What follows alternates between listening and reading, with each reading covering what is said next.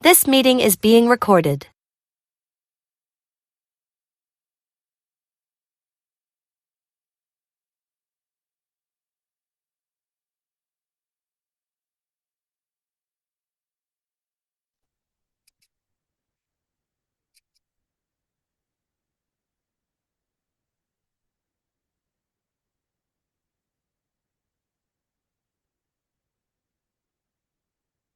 Eighteen participants right now.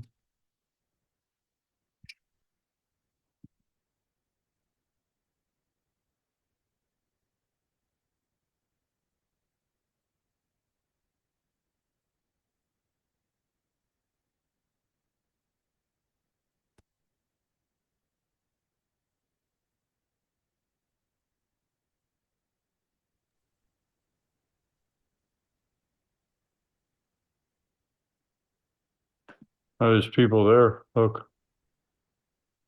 Oh, it is. Oh, there are people there?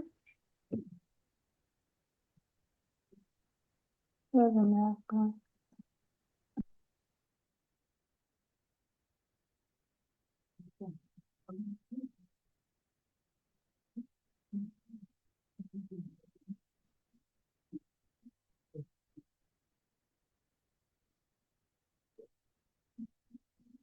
I hear sound. You do? I hear like. Oh, static. maybe it's because nobody's speaking.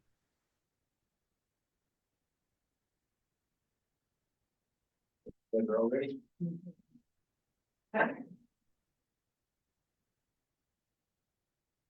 Okay, good.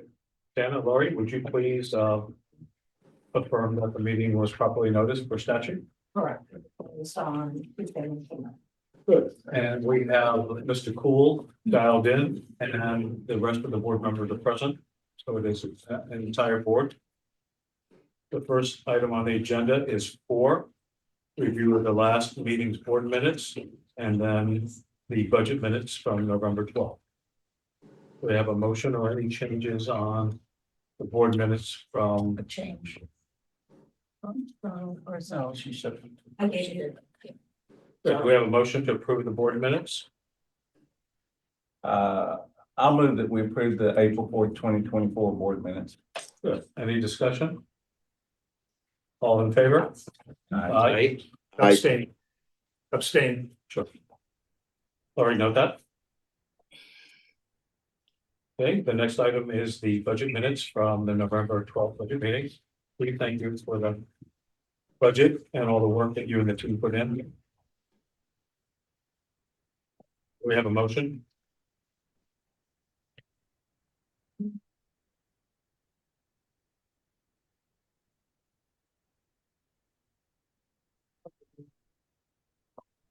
Oh, I'll motion. Second?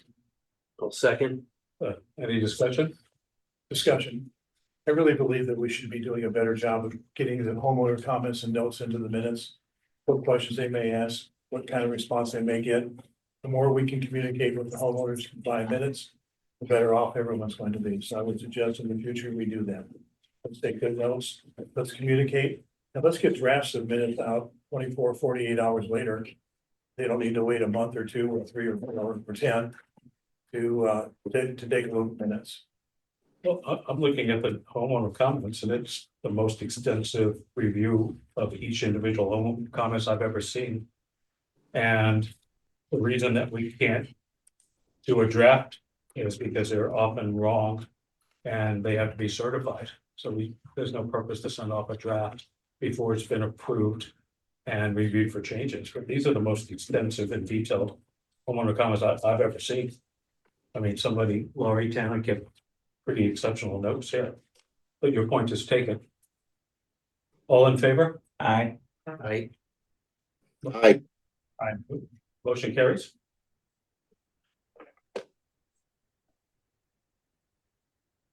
Next item on the agenda is homeowner comments.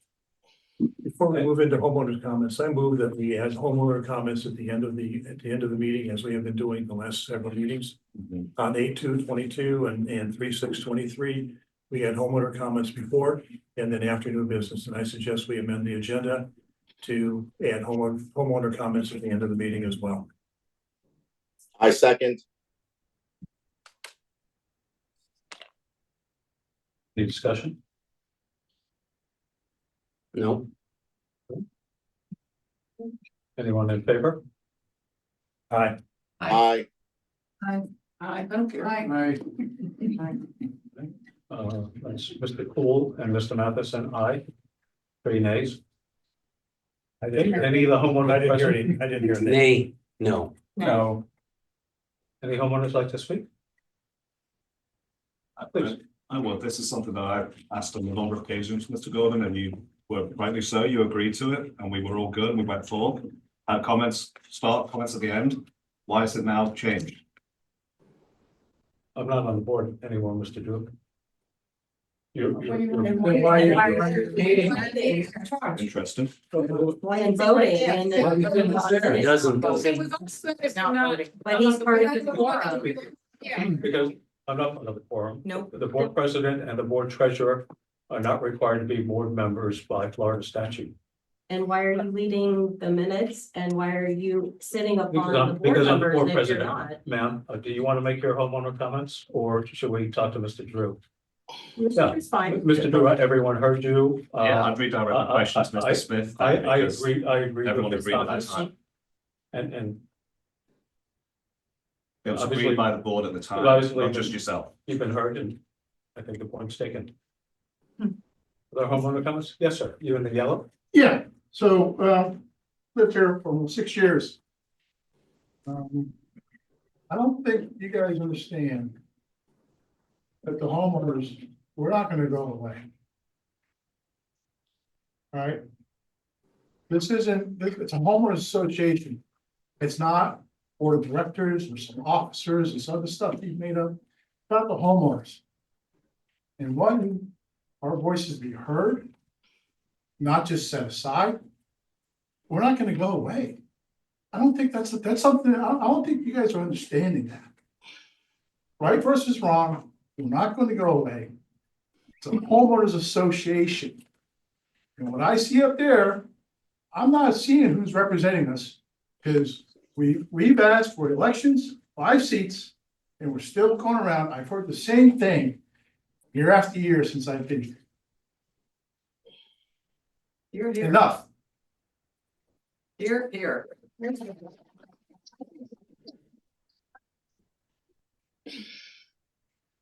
Any other homeowner comments? Yeah, can you explain it? There's been an election every single year for 20 years. Well, you don't get voted in, but you seem to be here. If there's no quorum, Okay. There was a quorum last year. and there was a quorum last year and there's 2 new board members. And Yes, you were ma'am. voted out. So enough of all right, so enough of the tricks and the roundabouts. I mean, you know what we're getting at. The fact of the matter is that you guys walked away after the election instead of holding the 2 new board members that were elected and having the organizational meeting. So why has that not happened? And if you are not going to be you are not part of quorum for the board, why are you sitting with the board? You know, like, why is all of this happening? Can you explain? It's very confusing as a homeowner and people, like most of us have sat on boards. Most of us have sat on boards for companies, private companies and nonprofits. And what is happening is unethical and we're just we're wasting so much of our resources and time on just garbage. And our community really needs to get back together. And enough of the power trips, enough of the nonsense, like we need a clean slate. So please explain to us without running in circles, what is going on? Why are you sitting up there if you are not a board member because you're still listed as an officer? Like, it's just confusing. It doesn't make any sense to us. We haven't had a meeting in almost 10 months. It's just confusing. Yeah. Like, so, I mean, we just need it broken down. So from my perspective, there's been 20 new board members since I got elected. And. Okay, you're not answering the question. Please let me finish. I let you speak without being interrupted. And we're not gonna be badgered, ma'am. Okay, there's been Nobody's A dozen- badgering you. There's been I asked at the least a question. dozen and a half or 20 new board members that have either accepted a board position or been appointed to a vacancy, which is what happens when we don't have a quorum. I get And that. over 85% of the elections in the state of Florida don't establish a quorum. And Just want to remind everyone here that Lynn Sanford is suing the community for $20 million. It's 1,000 homes. Fine. But that's not what I asked. I'm sorry, I'm not are you saying I'm lying, asking- Ms. O'Donnell? No. You just called me a liar? I said it's a lie. That's $20 It million. is. Excuse me. Okay. But that's not my Let's- question. I'm just trying to let me- understand what's happening. Finish sharing what you want to share, and I would suggest. Yeah, Ask the questions of Mr. Smith, Ms. Solik, Mr. Snyder, and me, and Mr. Cool. right. I Don't just ask- don't don't ask- understand why I the appreciate Gordon is that up there Mr. Gordon, if Mr. you're Gordon not a board facilitating the member. It's meeting. confusing. But ask the questions of the board members who were appointed and elected, if you would. please. Right, that's what I'm Okay. trying to get at. I don't understand why You you're didn't let up me say there. 2 No, sentences. that's my Ma'am, question. It's not about. You didn't let me that. say 2 sentences before you interrupted me again. Sorry. go Okay. ahead. Ms. Sanford is suing the community for $20 million. Mhm. The board, the community, volunteers. Mhm. Nobody's done anything wrong. The lawsuit has been dismissed 6 or 7 times with prejudice. Her attorney is Bruce Berthoff, who is also a homeowner in Northshore, and Mr. Berthoff's wife has 2 lawsuits against the community. I believe that their goal was to remove us from the board so that there was no one to defend the lawsuit, and they would receive a verdict of millions of dollars, which would deplete the reserves that people like Mr. Smith and the compliance committee have saved over the years for reserves and for repaving the road. Even after that lawsuit, which had no merit, dismissed by the judge, by a retired senior judge, Ms. Sanford, through her attorney Berthoff, has now filed an appeal in the appellate court. So please understand that the community is at risk for millions of dollars. So other people have joined the board. Certainly, we've tried to put a new face on it. It's been no fun for me. And then the day after they were board members, they received a lawsuit from Ms. Sanford. They had not attended a meeting. They had not voted on anything. And this is America. They had not even done anything wrong. So, I'm sorry, I'm not quite done. But we So- limit 3 minutes. So the intimidation factor and the motives to come in here and deplete our reserves and have the community on the hook for millions of dollars. If there's a judgment, once the reserves are depleted, all the homeowners have to make up for that.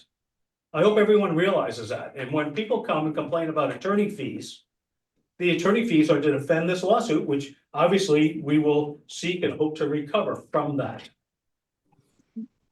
And dozens of people have agreed to go on the board to bring a fresh face and perspective, only to be intimidated and sued. People like Bob Shoneman, who's probably the most beloved person in the community and admired by all sides of this. They called Bob and said, if you don't resign, you're gonna be sued, and they blacklisted him from selling houses in Northshore. Now, if we could find 5 Bob Shonemans, I think everyone in the community would benefit from a neutral, honest, wholesome, beloved perspective. But there's been so many people that have been interested in joining the board, but with a $20 million lawsuit still hanging over their head. Mr. Gordon, with Yeah. all due respect, you're Testify. so facilitate the meeting, not diatribes and not defending anything else. The person's answering the question should be Mr. Smith, Ms. Solik, Mr. Snyder, me, and Kurt Cool. Yeah. You're running. So is there a question for? Well, first off, Mr. Matheson, I represent that being a diatribe. Everything I said is a documented fact that could be. All I'm asking you to do is facilitate the questions and having a board member. Well, does somebody want a 1-word answer or do they want an actual intelligent No. description? I think Mr. Smith can give an intelligent answer. So and I Greg, think let me and so talk. can Kurt. Greg, let me talk. You keep bringing up my name. I'm good with Dave. He's the president of the association. Our bylaws call for him to run this meeting, not me, not him, not her, not him. But they're. This here to man ask right here, you Greg, and let me me finish. questions. Let me finish. You keep using my name. Let me talk. Then raise your voice. He's the president. You keep saying in Facebook posts that he's not the president. He is the president of the association. I'm the treasurer. He's the vice president. She's the secretary. The officers continue to serve according to our bylaws. I didn't write the It's not bylaws. in the bylaws. What? It's not in the bylaws. Of course it's in the It's not. bylaws. Have you read the bylaws? I've asked her for a copy of what it says that. Jennifer, And I never this got is it. our HOA attorney. You wanna find him and read him to Mr. Matheson? So we can get this settled once and for all? I think Cheryl's question was why, if he's not an elected board member, like I. Officers do not That's have to what be she was elected asking. board members. The original developer set up our bylaws. None of us did it. The original developer wrote the bylaws. Our bylaws allow for, even encourage for officers to not be directors. That way more people serve. Okay. That's not unusual at all. And I think So it was that you that answered my said you served question. on boards before, so have I. I've been on corporate boards I've served as corporate officers without being on the board. That's not unusual at all to be an officer and not to be on the board. And Okay, it's not unusual at all to be on a corporate board and not be an officer. That's pretty common these days. So this isn't unusual. We are volunteers. It's not fun to get sued for $20 million, people. Now, That's no, what I it understand says because I have read been that on, lawsuit. I have It was been on the I other can only hear one at a time. One at a time. Doesn't say they continue. Go ahead. Get out of it. Are we gonna have? That's not it. 2 minutes. That's I not it. read that lawsuit and it's the $20 million is supposed to go back to the HOA and That go one you into got it that for. thing. Second, There was you no- know, he does say Organizational in meeting. the last, I was reading on the last demo that was on the clerk of the court. He does say he's the president, but then he talks later on like he doesn't know what's going on every time they ask him a question.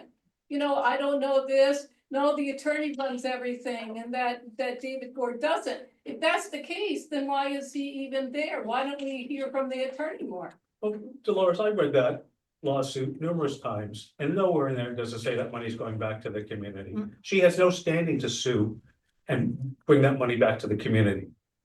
Okay? Would you like to pay your $20,000? I'd be happy to pay my $20,000 and be It's done with public it. record and a lot of us have read it. And it's been dismissed 7 times with prejudice, and she's We read appealing, it. and she's appealing it.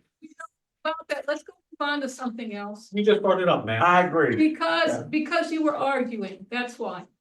Can I just? We're gonna get her answer, or Okay. we're just gonna? I believe that Excuse me, Ed I'm sorry, answered- Mr. Smith, you said you didn't write the bylaws, but you did vote on them. It I is just in want- our that's HOA right. records, the And is third that- amended bylaws were voted all in favor, and you were one of the ones on there.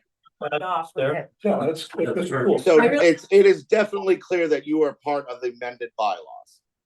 So please stop misleading the homeowners. Right, I may not accept what you're saying, but I understand what you're saying. So Kurt. my other thing to that point is that since we did elect two board members, why haven't we then done an organizational meeting? Can you explain that? And really, that's all I want to understand at the top of the meeting as far as like the organizational structure and how we can proceed. And I then can answer that's that. it.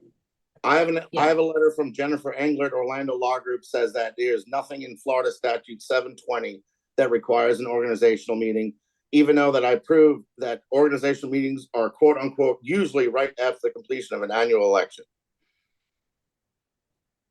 But what is your stance on why you won't have that for these particular board members? Because if we want to use historical and any kind of best practices, we're not doing that. Right? So this is not best practices. This is not historical. This is not usual. This is very unusual. So can you explain like why we wouldn't have an organizational meeting to put them in the organization among the officers like you've done since the board has started? Can you explain that? Are you asking me or are you I think asking? to me, and I don't want to beat a dead horse, but I think it's very important because as homeowners, we have not had a chance to ask these questions. And we've been in the loop for like the last 10 months and it's confusing. So are you asking why Mr. Matheson and Mr. Cool are not officers? Is that your Yes, question? why did you decide not to have the organizational meeting to make them officers? Because that is a best practice, that is something that's usual, and this is completely out of the ordinary. So Jennifer, I might need a little bit of help here legally, so. I believe an organizational meeting is the very first meeting that a corporation has when they first get organized. Is that correct? I can't find anything in chapter 720 myself. I could be wrong though. That, That's- like, regardless of the legal part of it, why is it as a board, you guys have decided not to do this? Like, what is your ground? Is it the lawsuits that you keep bringing up with Lynn Sanford? Because that's getting very, So- but, So What is it? I hesitate to answer, but I'm going to. okay. I'm gonna give you the answer because it's gonna lead to another disagreement with Mr. Matheson and Mr. Cool. Mr. Matheson and Mr. Cool, and they have their reasons, okay? We don't agree, but they do have their reasons. They refuse to sign conflict of interest policy and a fiduciary and confidentiality statement.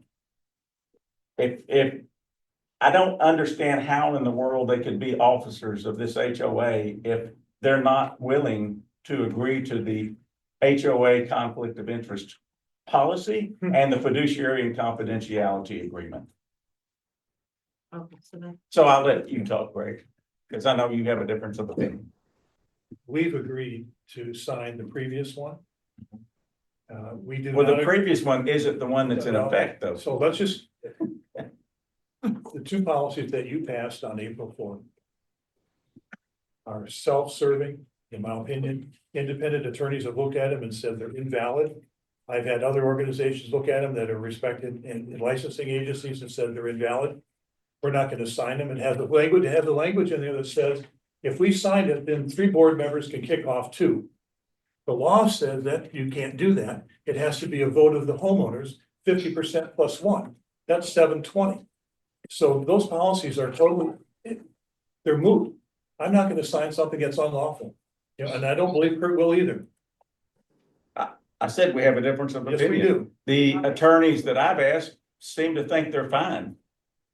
So you haven't produced any documentation from any attorney or any agency, as you just indicated, indicating that those agreements are illegal. And Excuse me, Mr. Smith, yes, we have, and you refuse to accept our certified letters. I couldn't hear it. something about you refuse. He said, we've sent you information, you refuse to take our certified letters. Actually. I've never refused any certified letter in my I'm gonna life, clarify here, Greg, okay? ever. You haven't, Kurt, the other 2 have. I've never refused anything Right. certified from anybody. I've never received a return receipt from mail, certified mail that I sent to your personal address. I have a hard time understanding. I'm sorry, I'm in China. There's nothing I can do about that. I'm in China. I'm sorry. I know, I'm not blaming you, Kurt. I will turn off my video. Hopefully that increases the bandwidth. He said that he never received the return, part that said that. That's this. Senator, do any homeowners down there want to ask a question after comment? If any of the homeowners did want to ask a question, I know we still have some here in person, if you wanted to go through those first, they would have to I raise. see somebody's hand up there. I do, What? unless you're gonna go to somebody on the web. I don't have any hands raised on the web at this time, no. Okay, so I'm gonna ask, I just got a couple of questions and Please. I'm gonna go right to Mr. Snyder. I'm gonna ask. Looking at the agenda, why, knowing we did our annual meeting last month, why is an annual meeting not on this agenda? To set a time and date for the next annual members meeting. You're part of setting the agenda, so you either have agreed or disagreed, and if you disagree, tell me why. It's not on the agenda. Can I just interject something? No, I'm asking Mr. Snyder. I'm gonna answer that question. You don't get to tell me what I can and can't do, sir. Okay. Okay? If you'll look at the April 4th, 2024 minutes, which we just approved, those. That's when we set the annual meeting for 2024. April 4th. What is today? March 13th, I believe. I believe we have plenty of time to set the meeting. Okay. There's a 14-day notice requirement in chapter 720 and in our bylaws. Okay, Mr. Smith, no, So okay, does that answer your that question? answers my question. We're going to have an annual meeting. My We're next required to question, have an annual yeah, meeting. my next question is, clearly, the board members are extremely busy because you are not, none of you are available, 3 available to hold a meeting in 10 months. If that is truly the case of all of you, then honestly, you should resign today because your lives are too much, you're too busy in your lives to spend time with our association. Because you're not. Right? We haven't had a meeting in 10 months to ask any questions. And honestly, I'll ask you, who's running the association? Because the board's not, because you're not having a meeting. Access management under a contract manages our association. Lori DeHalo is the community association manager. Tanner Muse is the compliance and ARB manager. I 100% Who gives agree. them direction, Steve? Who, Who yes. gives them direction? Who gives them directions? Yeah, They don't yes. need directions. Lori comes to They work me. independently? Lori comes to me if she has questions. Great. Okay, so it's you. I don't give directions. You just like you did. I don't know what I'm doing. Let me get that pen and I'm gonna sign everything off. You guys are just incredible. God, you need to chill. Everybody's 3 minutes up there. For boys. You've answered my questions. Thank you. We done. Yes, Gentlemen, that's right. This is my first meeting, and yes, I've been on boards and all this stuff before. First off, you're very confrontational, just own it. And I wanna go back to you. Please show us your evidence. You were about ready to show everybody in here about those certified letters. What do you have that you got cut off that you were gonna show us? And so all of us know what you were gonna do, because you keep getting cut off. And those are? These are 2 return letters, certified mail, that came back from Mr. Snyder and Ms. Solon. Are there, Yes. the correct addresses? Show on us. it? Yeah. I didn't sign Okay. anything. Show the screen. What is that? They came back, they're certified refused, Oh, that's refused. What's in them? That's different, refused. What are you Well, what's in them? What's in them? Yes. Just didn't went refuse over anything. that. You got the letter. What is Call it? a special meeting of the board, which you refused to respond to. Is that being written down in the minutes? I don't. Carry duty. Is that in the minutes? It is. It is now? Okay. It wasn't. I also have, if I can find them in my stack here, photos of Mr. Cool going to 3 different homes and handing in on your door an email letter followed up by FedEx overnight about having a special meeting of the board around another issue that I'm not gonna address right now, but I've got the photos. Is that when Mr. Cool trespassed on homeowners' property, taped envelopes to their door? Taped. And presented himself as a sworn officer of the court and said, you've been served? Was Of Mr. course not. Excuse me? On the Ring doorbells, I didn't have a ring a doorbell. I just taped on the door. and did you not say you've been served? I did not say you've been served. I didn't talk to a single homeowner. Okay, any other homeowner comments?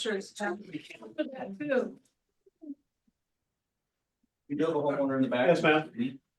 Hello, everyone. My name is Lita Board and I live here. Wow. My question is a little more pointed, and kind of goes with the theme of not having a board meeting in 10 months. I did have my baby. She's 3 months old. I am here to dispute the policy that was approved on August 3rd, 2022. You're That, gonna be on the agenda in just a so minute, I don't talk. if you don't mind waiting. If you have a question, go ahead, but you're actually on the agenda. Can we resolve this issue that I've been waiting for? You're actually on the agenda. Thank you. Okay, why don't we move on, Laurie, you want to give us the? I have questions. Okay, We did have a homeowner online. Okay, I'm sorry. He's done. last, there was not, You can go ahead with the online. We had 2 of them right now, I'm gonna meet the first one. I apologize. I don't know how to pronounce your name and don't want to do it wrong, so I just asked you to unmute yourself. Trespass. Hello, yes, may I speak? Yep, you have the floor. Okay, thank you. Obviously, I'm not Deneen, but we coexist in the same residence in Sparrow Landing. But one question I'd like to know that let me just kind of say, first of all, that it's obvious that this board is trying to find every technicality to subvert the will of approximately 1,100 homeowners in this community. And so you're finding, like, I'm listening to you, I'm sitting back and listening to you come up with various technical excuses about whether something was constructively delivered or not, or whether, like there was a valid discussion or meeting, or why there wasn't inclusion of board members in meetings. But I would like to understand or hear from the board why there's a failure to comply with not only the DBPR order of the state of Florida, but in addition to that, the Ninth Circuit Court order that made that order enforceable. And yet the board continues to pursue other remedies in the legal system to subvert, again, the will of the homeowners. I would like to hear an explanation as to why the board seems to be tone deaf to the homeowners. Thank you. I'll mute.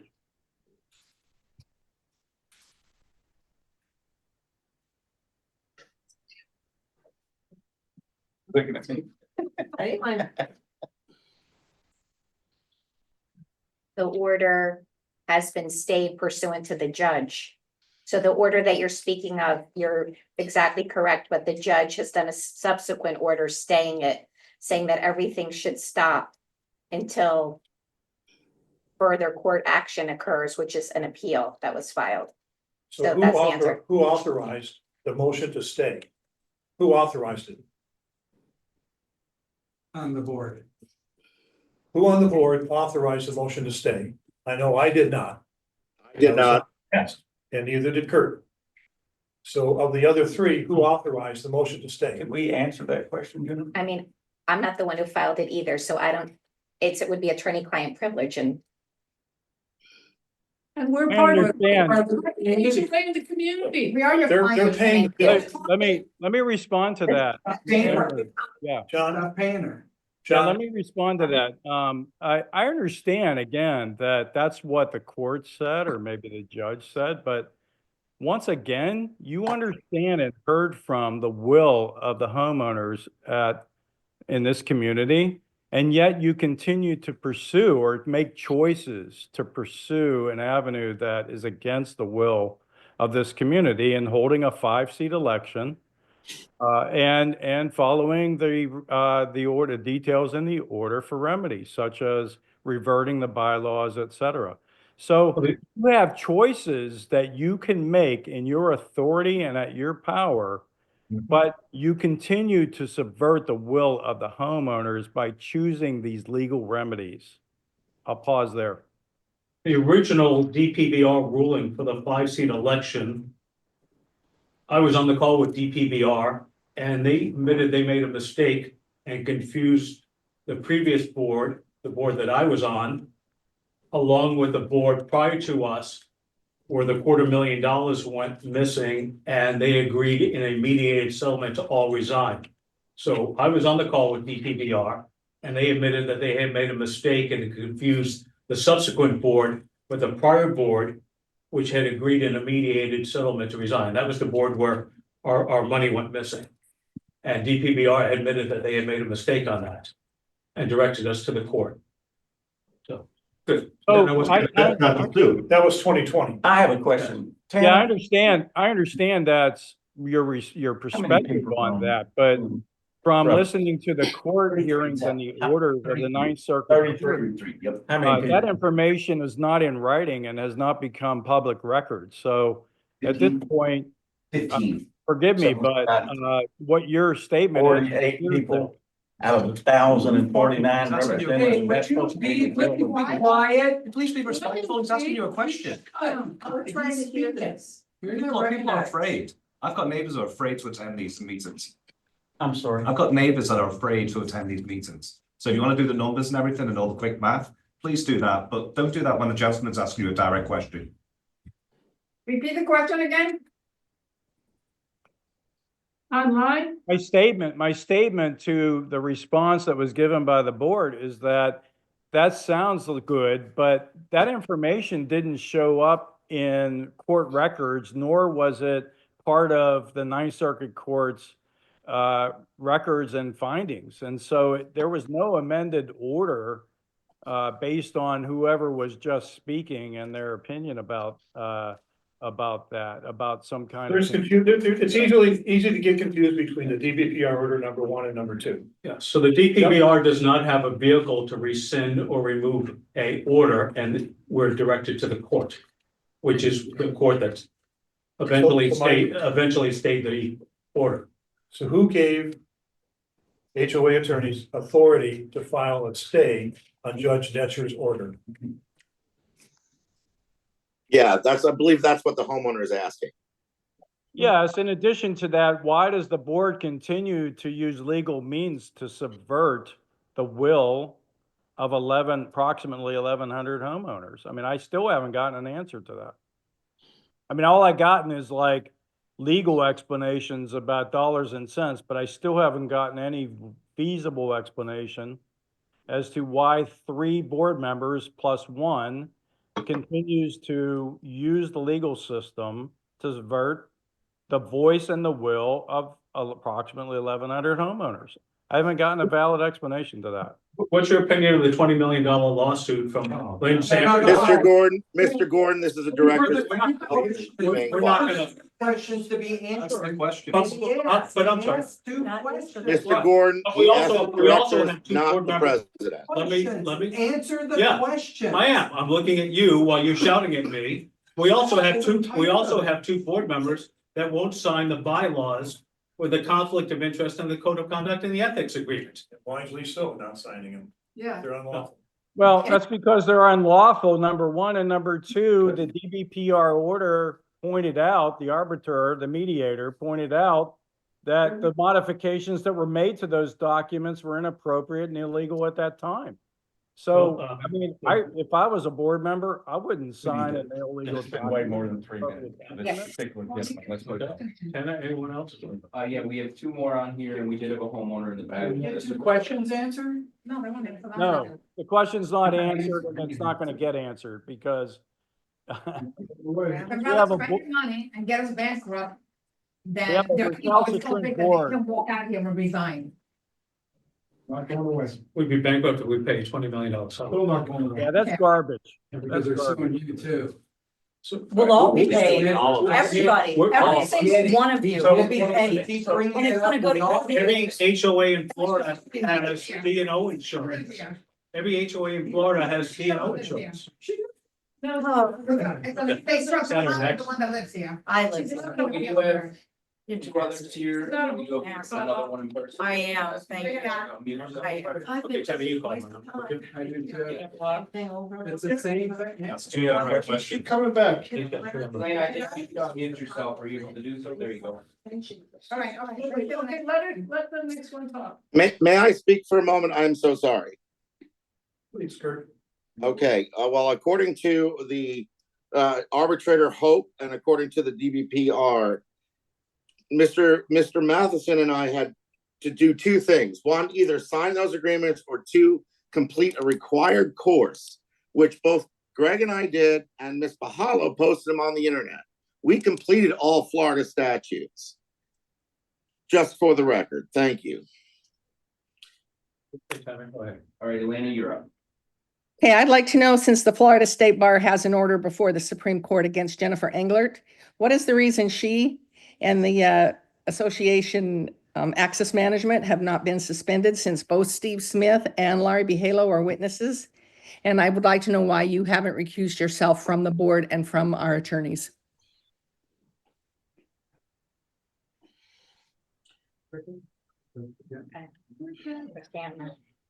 You understood it. Come on. No, actually, I don't. You have a law degree. You understood exactly what she was asking. I mean, you guys are like treating us like we're imbeciles. I mean, that's why it's so infuriating. You talk down to us, you talk in circles, you use the legal, but to just bypass everything. I mean, you know exactly what he's talking about. So answer the question. I don't think anyone's talking down to you. I'm not Yeah. seeing anything that would Yes. hurt. Okay, okay, so Smith, why don't you answer that Hit question? me with your hand, right? Yeah, I will dismiss you because you're not answering my questions. So let me make sure I understand the question, then you can answer it. The question is, given the Florida bar complaint against Ms. Engler and several of her colleagues. Question, if I, catch me if I'm saying it wrong. Why has not the board suspended the contract with Orlando Law Group or Mr. Smith suspended pending the outcome? Or Ms. Bahalio pending the outcome? And again, we don't know the outcome, and I'm not taking any position on the outcome. And everyone's innocent until proven guilty. Yes, there's a hearing, if I understand correctly, sometime in early May. But is that the question that was being asked? Yes, yes, Greg, that's what I want to know. Why haven't they been suspended pending the hearing in May? Okay. Well, there's been no suspension of, or, I mean, I'll speak to this. okay. Part of being an attorney is advocating for clients, and when you advocate for clients, the opposing party sometimes is upset with you, and it's fairly easy to make a bar complaint. One of the bar complaints at issue was made by Bruce Berthoff after bar complaint was made against him. So that's what, one of the things in front of the Florida bar. Now, even experienced attorneys like Bruce, my colleague in the bar, is familiar with bar complaints because bar complaints have been made against him as well. And he actually has been disciplined by the Supreme Court of Mississippi and Florida. Unfortunately, it's something that comes with the territory, yet he still practices and he still was able to sue the association and represent Lynn Sanford and his wife. I have followed my oath. We will see the legal process through, and there is no reason at this point that there's been no order against me, which was just kind of said, which is why I was a little confused. It's a part of being an attorney. Tanner next. Okay. One. So the answer is we're not suspending someone who's being investigated by the bar because it's common for people. Not to go to the Supreme Court. I don't understand, like. And that's only one complaint, there's two complaints There's against two them, and then complaints. another one against the other board member. Another lawyer in her firm that comes here and represents us too, and is representing her, and then a third attorney in her office. Yeah, I think the concern is that it's the Supreme Court, and that to me is as a higher court. I'm not saying, Jennifer, that like, I'm sure it does come with the territory. I don't dismiss any of that. I just think the concern is that it's for the Supreme Court, which is a little bit more of a concern. Again, that's part of the But process. she answered the question, so. If I might interject on that. If there was ever an allegation against one of the government employees that I worked with, or even on the corporate side, the immediate thing to do was to suspend the person with pay or with whatever you're gonna do, to suspend the person until a hearing or a jury trial or whatever is gonna happen. In my opinion, here, I think the same thing holds true, is that in this situation, there's an appearance of a conflict of interest. With OLG serving as our attorney right now. I think there's an appearance of a conflict of interest of Mr. Smith, who was named as a defense witness on behalf of Miss Englert. I understand that he can do that, certainly can, but he's also the person who pays her bills and signs off on her invoices. And the same thing holds true, in my opinion, with Miss Bahalio, to serve as a person here, doing a good job. I appreciate that. But there's a conflict of interest to say that she's involved in this bar complaint and the hearing. Perceptions are important. Mr. Matheson, the level of audacity for you to say that. You yourself brought in an attorney suing the community for $20 million into Laurie's office and left a recording device in her office and have a sheriff's investigation for felony charges against both of you, which was recommended for felony prosecution. So what, you want to talk about ethics and you want to talk about Mr. Gordon, being sullen, the person who sued everybody. and then you made a complaint against the sergeant who took that investigation. No, I didn't. But that's like Okay. tit for So, tat. Where's the I'm sorry, why answer? would you, Where's- do you condone someone going into Laurie's office and leaving a recording device with, I'm sorry, with an attorney who's suing the community for $20 million? Just muddying up the water. Listen, what is frustrating to me to sit here and listen to questions asked but not answered. I think we've answered No. everything that wasn't attorney-client. Your answer just now was to tell Dr. Gregg that he did something wrong, but he's sitting there. Or, or you've been to jail before and you're still sitting here, or something like that. That's not an answer to the question that was asked. Those two people. That, I'm sorry, and I don't mean to It's suspended speak by loudly, the but board like, it's for- frustrating. Every word we ask comes back with like some rounded out, like we're beating around the bush or however you word that, you know what I mean? It's not going Like, away. that's not an answer. That's not to say, well, it's okay for her to be here and representing our board if Dr. Gregg did something bad too. That's not an answer. Excuse me, it's not the board she represents all of us, and I'm sorry, I'm paying her. I don't feel like she's representing me. I would have gone to another lawyer by now because she represents them only.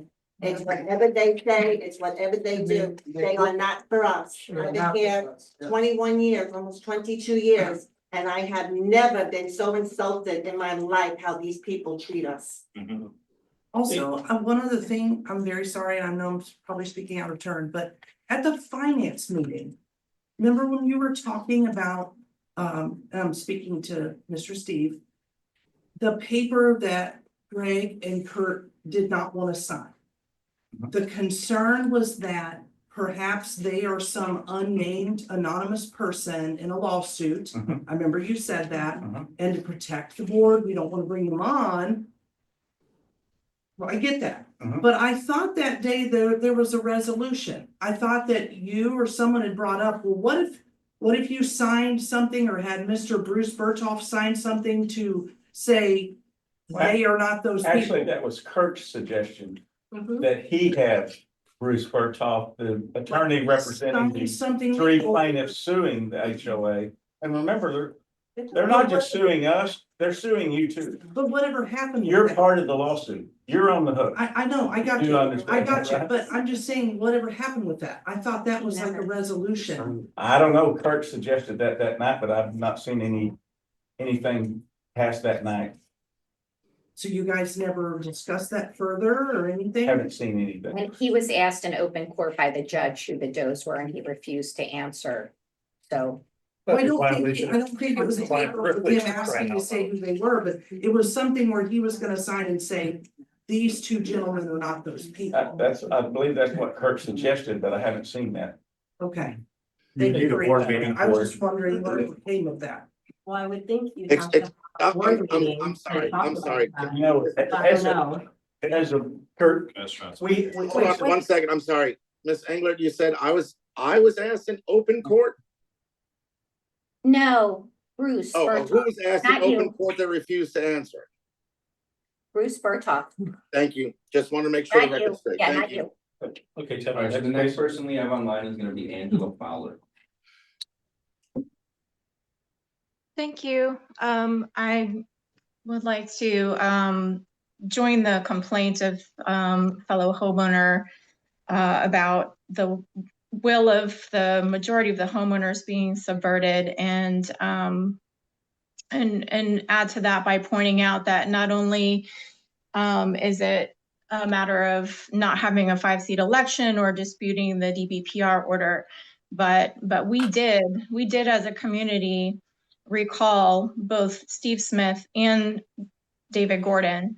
The recall of David Gordon was rejected for what I believe was not a valid reason. There was not an election scheduled within 60 days of serving the petition. There had been an election that December that was canceled at the last minute, and the rescheduled election was not within 60 days of that date and had not even been announced by the time that the recall was completed. And then even though Steve Smith was recalled, the board chose to keep him as an officer. And then at a later date, chose to reappoint him to the board. So we have multiple examples of a coordinated effort to subvert the will of the homeowners. And I don't think that anybody appreciates it at this point. And we're tired of the gaslighting. We're tired of the arguments about this suit for $20 million. That's a hypothetical amount. We don't know if that would ever even be awarded if the case were to come to completion. And since we did elect 2 new directors, to fail to have an organizational meeting and vote among the existing directors who should be president, and to keep Mr. Gordon in the acting role of president is another example of the disrespect and the disenfranchisement. And I just wonder why we should all continue to pay dues when we don't have our rights upheld, and we don't even see the items that are approved in budget meetings being things being maintained per the budget and the reserve study. The public areas of this community are disgraceful. That's for sure. Don't say words on this. There's a hand. Yeah. I have a question for you. Yes, sir. You brought up a couple of things just now. I agree with you. In my business, they would have been suspended. Okay, no questions asked, go home. What is the steps? I'm not asking them, I'm asking you. I don't want to hear anything from over there. I want to know from you, what are our steps, or for your steps, to bring up to a vote to suspend them at this point? So Mr. Cool and I, and Kurt can weigh in. Mr. Cool and I also asked for a special meeting of the board, 5 of us. 3 times. To discuss this. Just that, no attorneys there, no officers there, just the 5 of us. To discuss what are we reading, what are we understanding, what questions might we have, what do we think the possibilities are, and what could or should we do? I'm relying back on my own experience, as you are, in the past, an employee or a contractor, for me working in government, violated something or alleged to violating something, they get due process, right? Seek the facts and let whatever body decide. But in the meantime, you say, wait, we need to step away. And that would be my thought or my recommendation to the rest of the board, but I'm only one vote and only one opinion. But we asked for a meeting of the board and the other 3 refused to respond. Sorry. Okay, so at this point, we don't have a next step. Is that what I'm hearing? That we can't do anything to help us at this point? Yes, you can. Yes, you can. Okay, what is that? Called Ron DeSantis, Florida governor, Erica Booth, our state representative, Mayor Dinkins, start writing letters. Channel 2, Channel 4, Channel 5, Channel 7. I will tell you, and I got accused of trespassing. I posted notices on directors' door. I don't have to hear anymore. Two other options out there. One of them would be to call for a special meeting of the homeowners. Because I think we have to have 15%. And you, at that point, have to be able to vote to do something with the contract on staffing, but that's, okay. But again, need to have independent bodies to advise on that. I'm not a legal expert. Our votes don't matter. And I go, We voted. How many times have we voted? How many elections have we had? And do you see what we got? you know what, You can go. you want to stay, so I'm ready. so are we going to have an annual meeting and an election for 2 seats? Yes or no? I asked you that, Steve, and you said, yes, we're going to have an election. And so I announced a date, a possible date for people to think about, April 24th. Immediately, you said, no, we're not going to do that, and you don't have the right to say anything about that. He had Ms. Mahalio send out an email about that. So my question is, will there be an annual meeting before April 30th? And will there be an election for 2 seats? I'm sure there'll be an annual meeting. I do not know if there'll be an election. It's a yes or no. I don't know, Greg. There's Yes an, or no? listen, can I speak for a minute? There's a lawsuit going on right now in Judge Netcher's court, and Dang it. Oh, my God. You had an election like that a year ago in which Kurt and I were elected. So that's by the by. so That was out there a year ago. can we move on now? Yes. Actually, Laurie, we need some order in this room. You guys might be the rudest people I've ever known. No, you are. Open the mirror. That's not. You are. Yeah, you are. No, that's not true. But this is the first board That's meeting not I've been to in 20 years, and it's the waste of my time as a 20-year homeowner. This is a waste of my time Well, then too. why are you I'll doing be it? honest with you. You did what it- Steve, you did say on the record that You would do that. Why you would do this? Here's why I'm He doing said on it. the record, he's on the board for his sins. I He think, said that at tennis courts. I think a $20 million lawsuit is serious.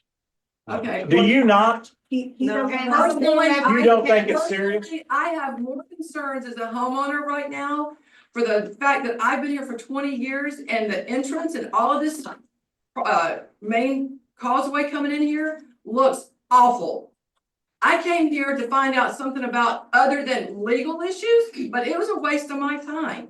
Because all you guys have done is fight back and forth, and I don't have time for this. Well, Laurie, I think it's crazy that you guys are doing this. I think if you don't like it, you should leave it. Yeah. You should walk away and let new blood in here, because you guys are not connecting with the homeowners Laurie, at all. Laurie will address your Okay, I don't, concerns I'm about not grounds asking for a committee. question, I'm just saying as a homeowner. Well, is your perception that the grounds don't look First good of all, and less like the I'm manager? saying- Mr. Gordon, this homeowner is directing their question to a director, not an officer. Please remain quiet.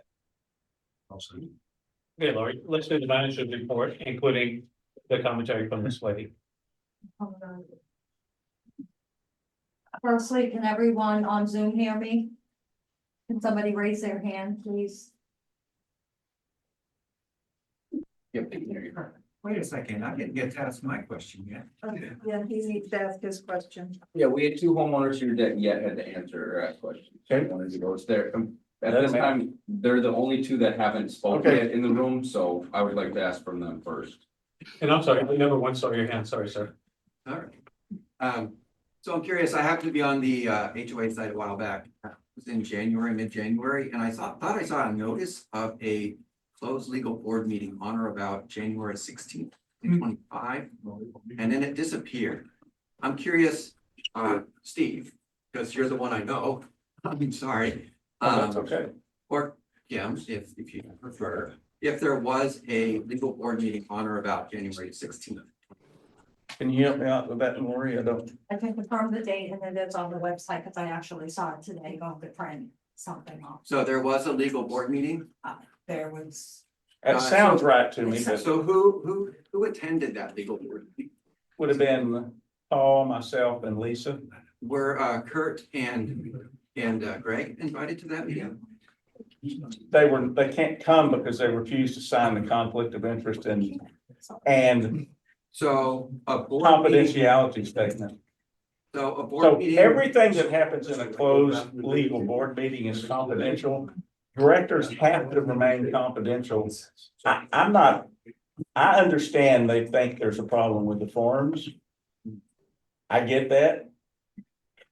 But until they sign them, they're not going to be able to participate in confidential discussions, particularly legal issues. I don't like lawsuits. You guys probably think I do, but I don't, okay?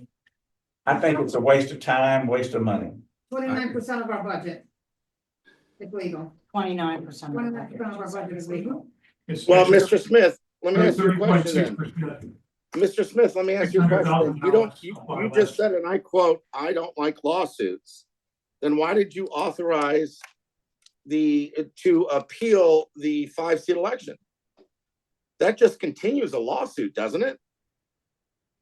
I'm sorry, I can't hear Kurt. I can hear everybody. Okay, I will repeat the question. You said, and I quote, "I don't like lawsuits," unquote. Yes. Why did you give the go-ahead to whoever legal team, Miss Englert at Orlando Law Group or the other guy that is now attached to all of our lawsuits, the go-ahead to appeal the Judge Nestor's order, which you mentioned before, Judge Nestor's order for a 5-seat election? If you don't like lawsuits, you should have just, let's have the 5-seat election. Let's let the homeowners decide the future of North Shore, Lake Hart, and keep going. So Kurt, is your solution to not liking lawsuits, give in and roll over every time somebody sues the HOA? We Excuse me, didn't that wasn't my initiate that question.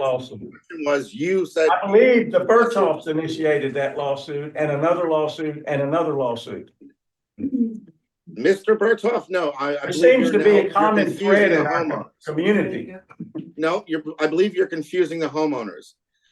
Miriam Berthoff, not Mr. Berthoff, Mrs. Berthoff. So what you're saying is we were the ordered- next time somebody else doesn't like the outcome of an election, let them also file a lawsuit for a new Well, 5-seat board. Well, isn't that Every how time Dave? somebody doesn't like the Wait a outcome, second, now hold on a file a second. lawsuit for a 5-seat board is your solution. Well, isn't that how Mr. Gordon got elected? I had nothing to do with that lawsuit. That's before I Yes, bought you my did in house. 2014. That's how. Tell me exactly what you're saying, Mr. Cool.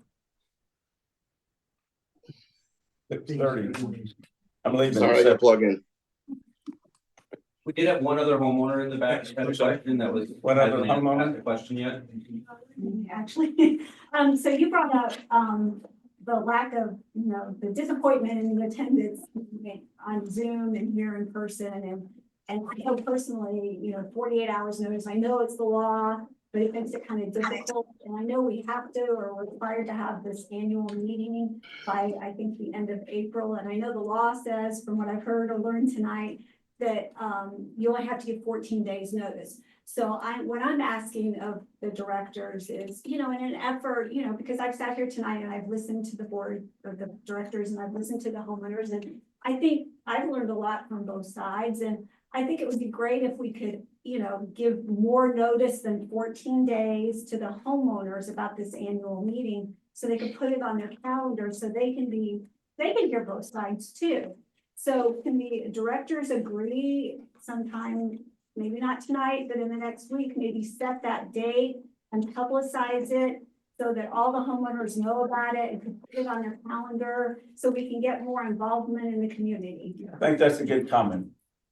Just Good to add to suggestion. that, can we not do it in the middle of a workday on the courts either? And be respectful of the homeowners that want to be there and not disrespect them by doing things like that? Feels like shenanigans.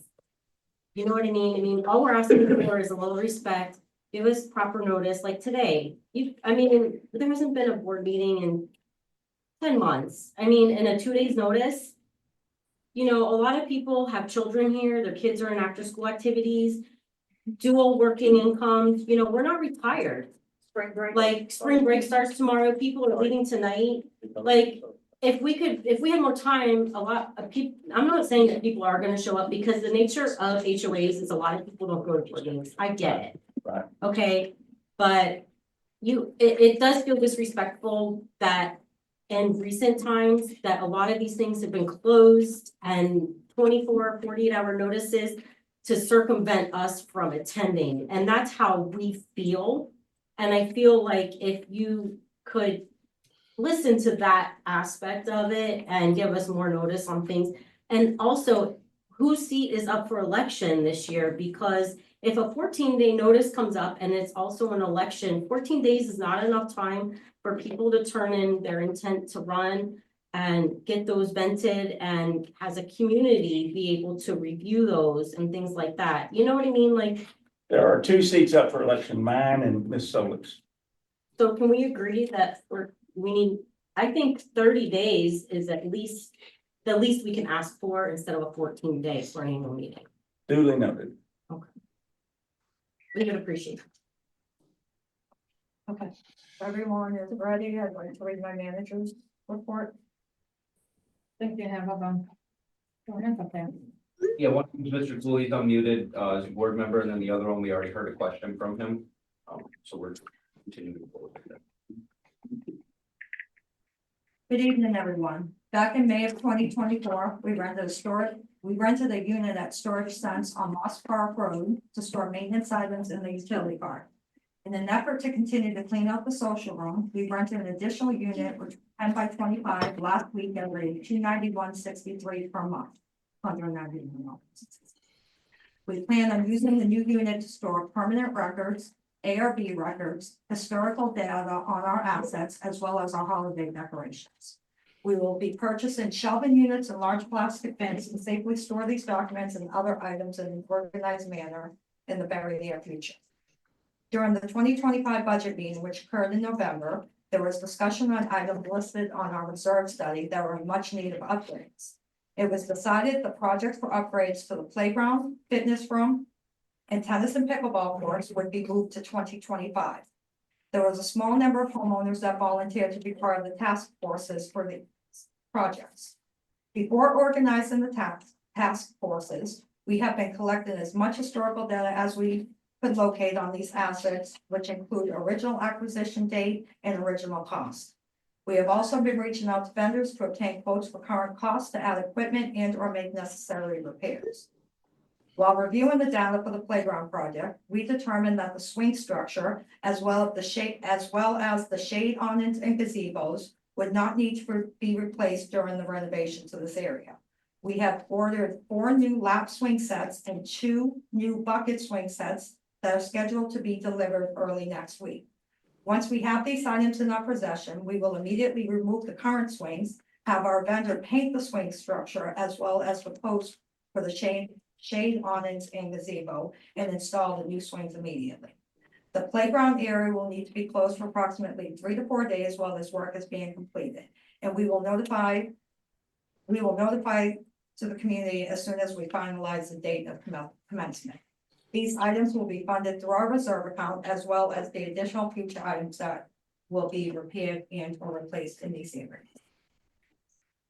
I have had several tennis and pickleball players inquire about requested changes with the courts.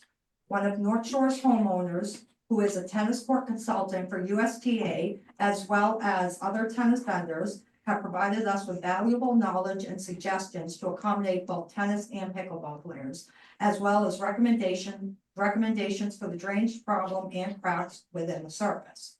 Our next step will be to reach out to vendors to obtain quotes. As many of you who use the court know, there was some vandalism done to the courts. Our maintenance staff attempted to pressure wash these areas to no avail. We are in the process of determining a temporary fix while we are waiting to start the upgrades to the courts.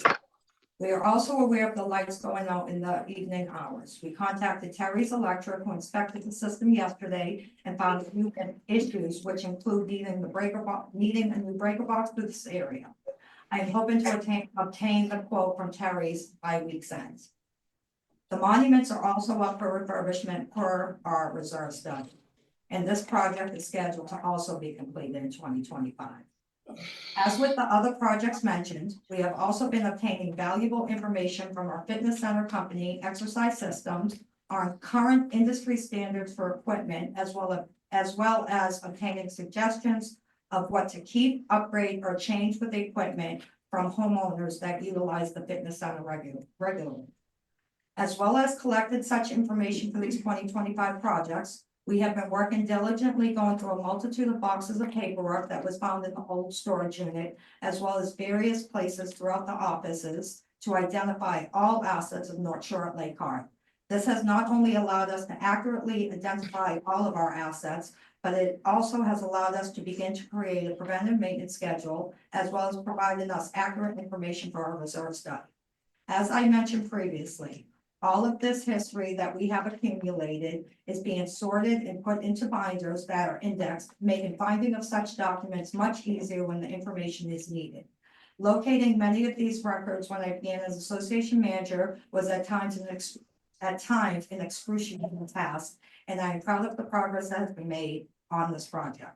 There are still boxes that need to be reviewed to determine if they need to be kept or shredded, and we will continue to work diligently to get through all of them as quickly as possible. It's been a long road, but I'm starting to see the light at the end of the tunnel, and we hope to be able to allow homeowners to utilize the social room within the next 4 to 6 months. North Shore's compliance manager, Tanner, has been out conducting compliance inspections, focusing primarily on weeds within the turf and pressure washing. As stated in the January 5th e-blast, keeping up with the seasons can be difficult. If you do not prepare for them properly, your days of swimming in the pool and relaxing by the grill may be filled with treating for weeds in your turf or pressure washing your driveway and sidewalks. By taking proper steps and precautions at the beginning of the year, your home can look its best all year round. As always, Tanner inspects multiple items every time he goes out into the community, but weeds and pressure washing will be his primary focus over the next couple months. If you have any questions about compliance, please send an email to Tanner at northshorecompliance@accessdifference.com. Our landscaping company, Landscape Workshop, formerly known as Cervello, is in the process of their annual service of laying mulch in the community area, in the common areas. They have completed the clubhouse area, gate entrances along the boulevard, and they are currently working on common areas within the communities. We are anticipating this being completed within the next week. Additionally, our maintenance staff will be trimming low-hanging branches along the boulevard next week, and we will have our vendors complete the tree trimming throughout the community that is unable to be completed by our maintenance staff. In addition, our maintenance staff regularly pressure washes all of our amenities. The walkover bridge, dock walkout, and observation deck and mallards are scheduled for their biannual pressure washing and sealing late April, early May. We all know that gators are part of the Florida wildlife. It is very important to me to stress that no homeowners, their children, or their guests should be feeding or antagonizing the gators, as they can and will become aggressive. As always, watch your young children and small pets. Another friendly reminder, the North Shore Golf Course is a wonderful community asset, but it is also private property. Unless you are playing or visiting the facility, please abstain from casually accepting it, whether to walk your dog, get some exercise, or play with the kids. If you choose to play golf or grab something to eat in their restaurant, please enter the facility through its main entrance at North Shore Golf Club Boulevard. I want to add something real quick that I didn't add when I originally wrote this. We have been receiving complaints of speeding within the communities, as well as people not stopping at the stop signs. I have advised the Orange County Sheriff's Office of this. They will keep an eye out when they are within the community. I personally almost had somebody hit me the other day going around the roundabout. So I ask that everyone be cautious while you're going through, because unfortunately there are going to be people that do go through stop signs and or speed, and also to please do your due diligence as well as stopping and watching your speeds. We do have a lot of children within the community. I myself as a mother and grandmother am concerned for our children, so please. Okay, back to my speech. In February 2024, there was an amendment to the original 2001 contract with the Orlando Utility Commission. The installation of the new lighting was completed in May of 2004 and began billing in June of 2004. While I was reviewing the contract, we found that the investment charges that were scheduled to expire on February 18, 2024 had not been completed. After several months of communication with OUC, at the end of December, they provided us with a credit adjustment totaling $16,513.20. $15,505.32 was the investment portion, and $1,007.88 for the taxes. I would again like to remind the communities that the official website of the HOA is northshore@lakeharthoa.com, and the official Facebook page is North Shore at Lake Hart HOA. There is a Facebook page called North Shore Community Neighbors that has been circulating, from my understanding, for the past 5 years, about the past 5 years. There seems to be a small group of people on this unofficial Facebook page who continue to post inaccurate information, causing myself and the staff lots of frustration and extra work, and is creating confusion and chaos throughout the community. The North Shore staff and some members of our board have not been provided access to this page. Unless a homeowner notifies us of a specific post, we have no knowledge nor Can we respond to complaints or inaccurate information that we have found have been posted on this page? For accurate information, please refer to the official website and the official Facebook page. And for the benefit of the community, I highly suggest that the owner of this page close this account to avoid any additional confusion on conflicting topics. As always, you may contact the office regarding specific observations, complaints, and suggestions. The staff and I are proud of the work we have completed over the past few years, as well as the helpful insight and suggestions received from both homeowners and board members. Our goal is to continue to improve the operations that occur at Lake Hart. We look forward to our current and upcoming projects. Well, can you talk about sidewalks? Looks like some roots are starting to lift them up again.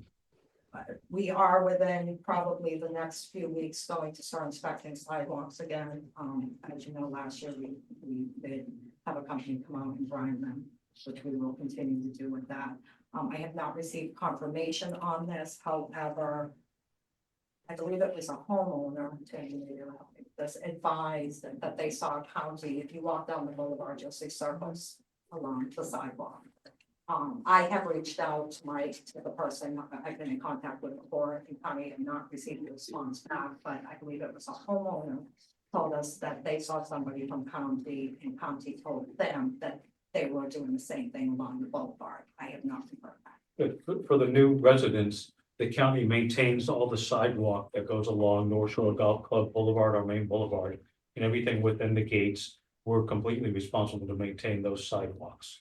And that's on the burden of the HOA and our budget. The county does the main boulevard sidewalks. And then some of the people that lived here for 20 years, the original developer of North Shore entered into a contract with OUC and leased all of our light poles. The cost of those light poles, the previous treasurer to Steve did an analysis, and I think the light poles cost us 800 to 900% of what they would have cost if we had just purchased them at the time, or even finance them. So we paid almost 10 times the cost for the light poles on a lease with the utility as it would have cost with us. And we recognize that some of them need to have paint, some of them have barnacles on it. And we call the utility company, and Laurie calls the utility company, not me. And they have every 15-year maintenance schedule is what they figure it takes to repaint a light pole. And some of them look very sorry, we don't own those light poles. And just like the utility boxes that look green and rusty, we're constantly asking them to come out and do it, but they work to their own drum and we have no recourse over them. So I thought the lease for the light poles were up already. Yeah, Like 2 years ago. 3 years ago. Right, 20 years. I don't remember if it was 20 or 25, but we'll get back to you. Because, I mean, that's one of my concerns going. There gotta be LED and cheaper options now for lights. We're paying for electricity. We'll go Well, that back, could be- we'll see if it's a 2025, I haven't looked at it in 8 years. I thought it was 20. Well, answer that, that's a good question, thank you. Okay, let's move on to old business, and I believe you had something with a homeowner in the back, Steve. New business. We have old business first. There's not any old business. Okay, okay, good, let's move on to new business. Lee, you're up. Okay. Can you come up here and You want me to get come up? closer? Sorry to make you wait. That's okay. Where would you like me to? Should I stand over here, across the room? You're Where a would good you place. like? You're a good place. Okay, this is my podium. Okay. My name is Lita Ford. I've lived here since 2019, and my husband and I had our first run-in with the HOA when we tried to install a pool. And we realized that we have to pay a contractor a certain fee to get approval to put our pool in, and then he has to come out a bunch of times. So I am here to dispute that policy based on the CC&R section 7.2. So let me just read it so everyone's on the same page with me. It says membership of the ARB, and it says a bunch of other stuff that's not relevant, except for the ARB may employ professional advisors and pay reasonable compensation to advisors at common expense. I have discussed with Jennifer Engler about the definition of common sense, and so I'm not here to relitigate that. But what I would like to point out is in our North Shore criteria from February 2024, in section 1.5, it says the community manager and the ARB shall have the right to enter upon and inspect any property at any time before, during, or after the completion of work for which approval has been granted. Upon completion of the improvement, the lot owner shall give notice to the community manager, and the community manager compliance committee, the ARB, and the board of directors are all permitted to review for compliance with the approved plans. So in that paragraph is basically what we are now having to pay a contractor to do. So my frustration with this is the HOA leadership has the authority to fine, to stop, to put a lien. And in order for us to get approval per the same document, section 1.4, it says that all plans for new construction of units being built and additions or alterations of existing structure shall be prepared by an architect or engineer employed by it and at the expense of the homeowner. And so if I'm paying an architect who has to go get permits from the city to come to my property, and I submit my paperwork and say, this is what I'm doing, and I stick to the plan, I don't really understand why I have to pay someone else who's not even qualified to pull the permits to come to my house to tell my pool contractor who's been in business for 25 years how to build the pool. Because ultimately, if he messes up, it's on his reputation. So I would not recommend him for future business to any of my friends. And I just am really confused as to why I am being paid, I am having to pay to outsource the HOA's responsibilities. And additionally, this policy that was put into effect in August 3rd, 2022, all it says is a qualified licensed professional will complete site inspections with an upfront deposit paid on the professional's estimate. But then in the meeting minutes from March of 2023, that's where all of the details were hashed out. So John recommended for smaller projects such as swimming pools, asking 2%, John is the contractor, broken up over 2 payments. And so all of these details aren't policy. Like last time I checked, and you can correct me if I'm wrong, the meeting minutes aren't policy. What's policy is what's written here, and the meeting minutes are not reflected in this policy. And so it's really frustrating to be told, oh, you have to pay 2%. Well, that's not here in the reg. So I don't think it's fair to be held accountable and have to pay for meeting minute rules that aren't in, and then like, are they subject to change? How did you come to the 2%? And then can I get an invoice from the contractor showing exactly what he is doing on my property from the HOA? Because I don't want to blindly write a $2,000 check to the HOA and have no idea what I'm paying. And so I think if you're gonna charge a fee, which I get, if that's what's necessary, fine, but then like, do us the service of providing an invoice or a byline estimate like every other contractor does that says, this is what I'm doing, this is how much it costs, this is what the total is, and then when the visits are broken down, then we get an invoice that says, here's what he did, do you agree or disagree? Because if I pay, the guy comes to my house and then goes to HOA and says, I did all these things, like, I'm not there to verify it, so how do I know he's not committing fraud? And so that is why I am begging this HOA to give us a win for the community, and please, please rescind this policy. I would really appreciate it. I feel like we pay enough in our assessments, and we as homeowners want our properties taken care of. We're not trying to tear up the community. So, if we could overturn this and get rid of that fee or amend it to something more reasonable with a lot of clarity, I would really appreciate it. Also. Yeah, very Lee, good on you.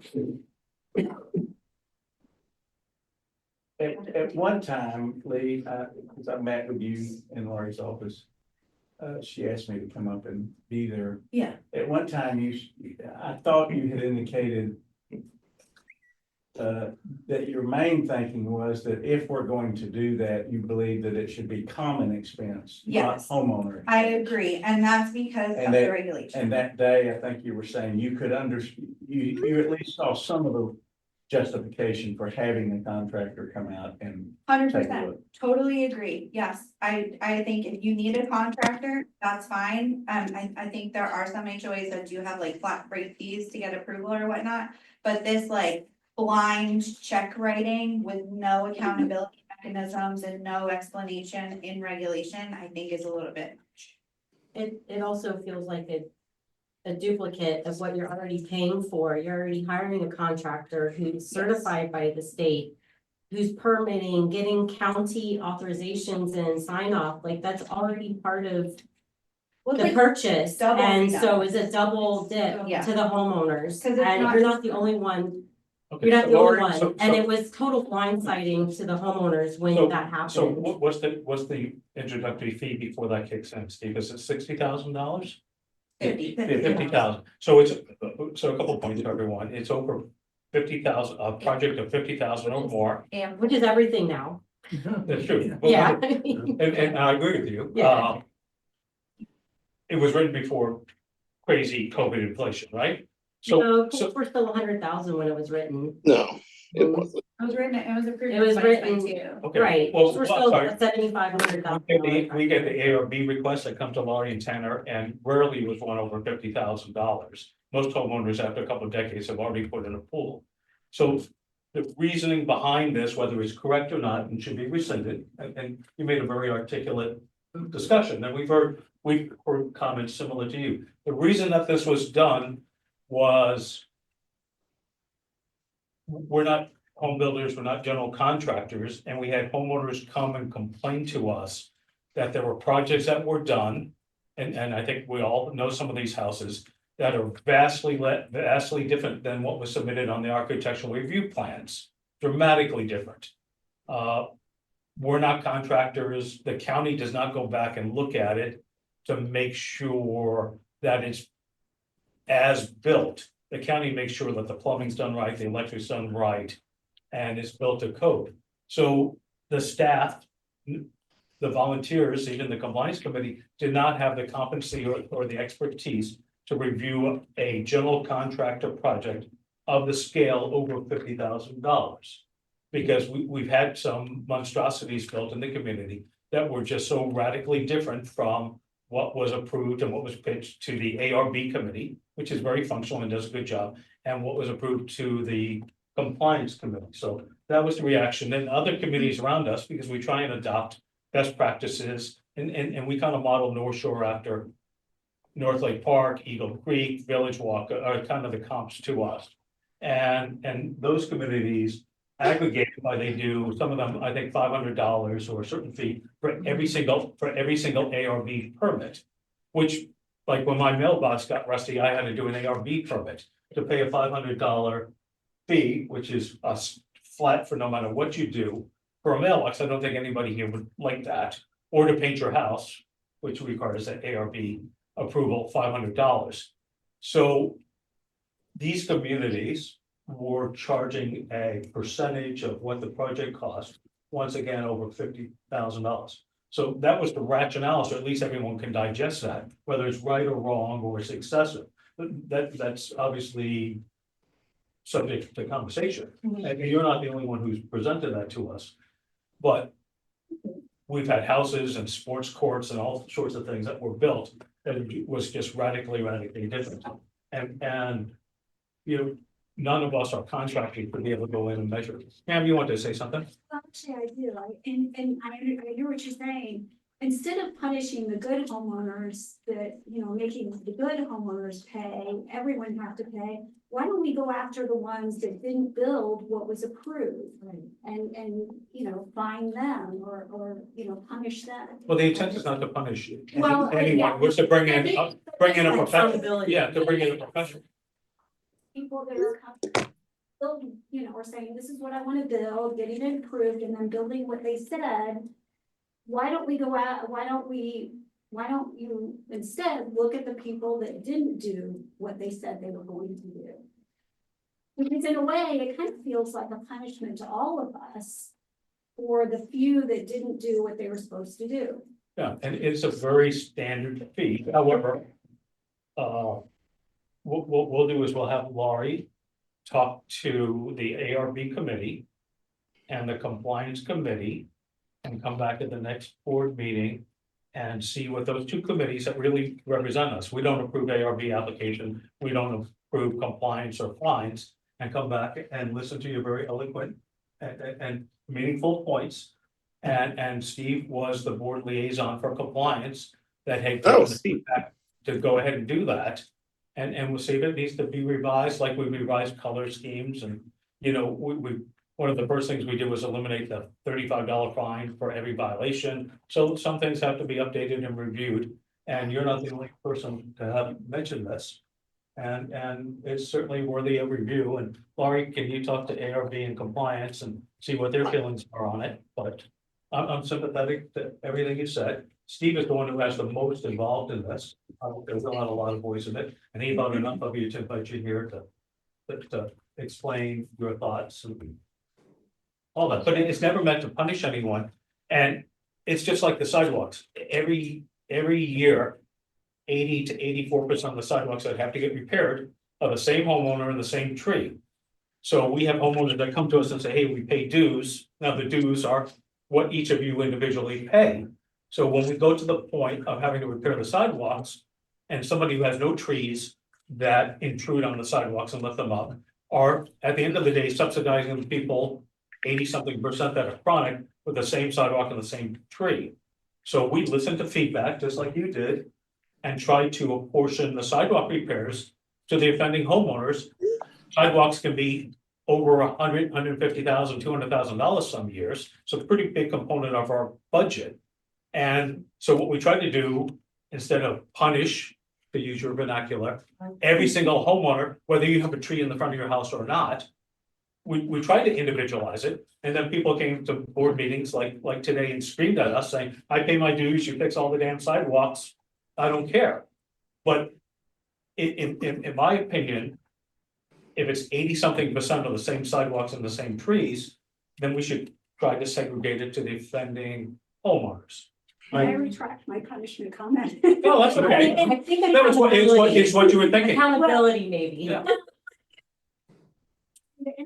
The policy was written, I remember thinking to myself, wow, it seems like it's a duplication, and that's what you said, that you're already hiring a contractor who's licensed in the state of Florida. So it seems to me, instead of making everyone pay, maybe we look at those who didn't comply.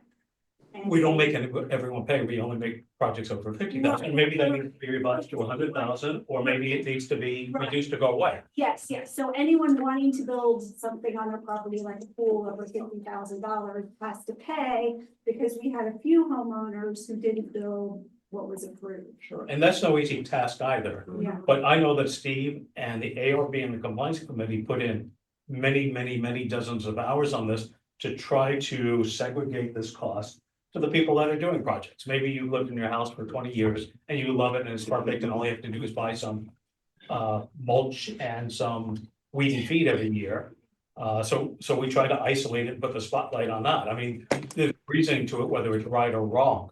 And that's what came Do up. we have an ARB committee, a functional ARB committee at the present time? Yes, we do. Who's on that? Who's on that, Lori? Committee is myself, Tanner, Tabitha, Samuels, but I'm the Ish, I call her Ish, I think that's right. And, We'll put it on the next meeting. And I might add, Follow-up question. I might add this also, that the majority of those projects seem to be swimming pools. And we had a pool go in the community. I was thinking about what you said for a minute. Yeah. We had a pool go in and it wasn't the best pool contractor.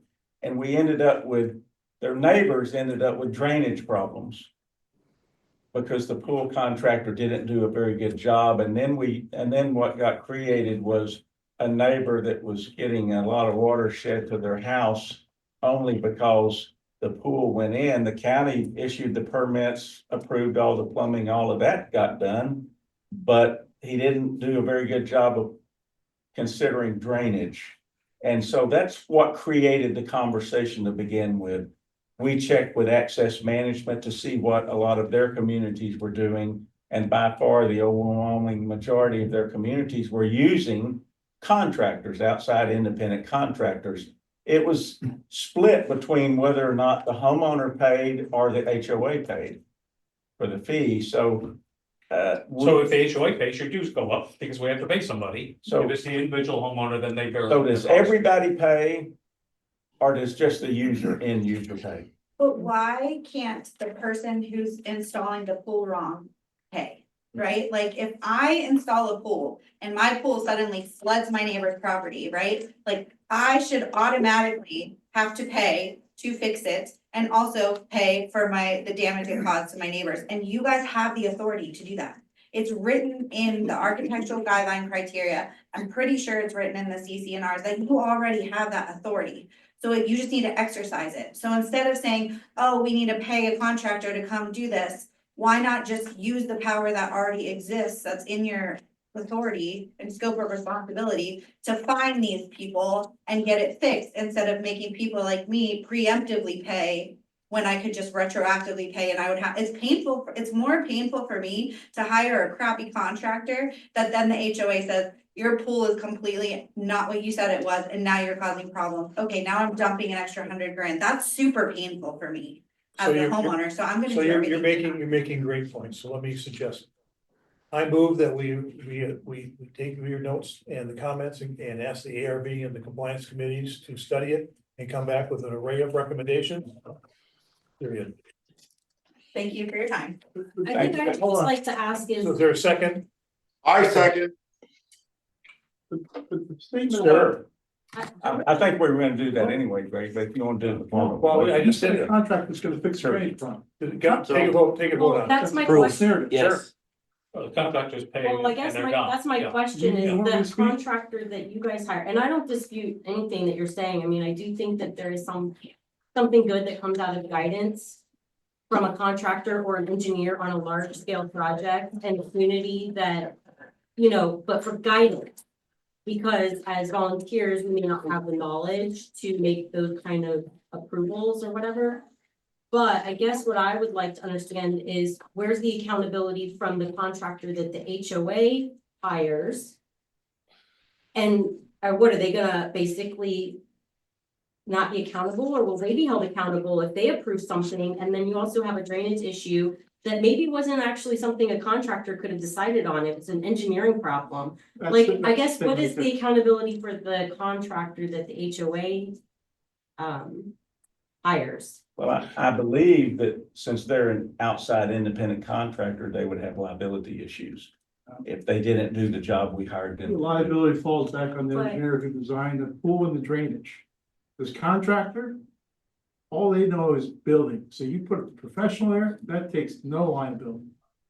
He's Because not all reviewing the plans contractors are pool to contractors. see if they're being built to those plans. Yeah. But the person that's designing that pool and putting that into their land, and they have to do a drainage calculation. And if it's not done properly, it's on the engineer of record or the architect, whoever signed those set of plans. The professional, this contractor, no, that's not gonna fix your So we've problem. got a motion on the floor to do that. We got a second. I think that would be part of the research is to understand the accountability. I fully agree. part of That's it. Yeah. part of, I understand your comments. Let's let them take a look at it and publish the recommendations before the next meeting so people can weigh in and say, great idea, dumb idea, whatever it might be. Did we get 5 votes for that? Sure, You didn't yeah, I vote. think so. You just made the motion, you haven't voted. He seconded it. You got 3 more. Voted, yes. Okay, all right. Okay. Next I item. just want to clarify something. For Mr. Gordon, I mean, I don't want to be confused because you made a statement about the trees. I thought last year, early in the year during a board meeting, it was stated, you guys are done with the trees.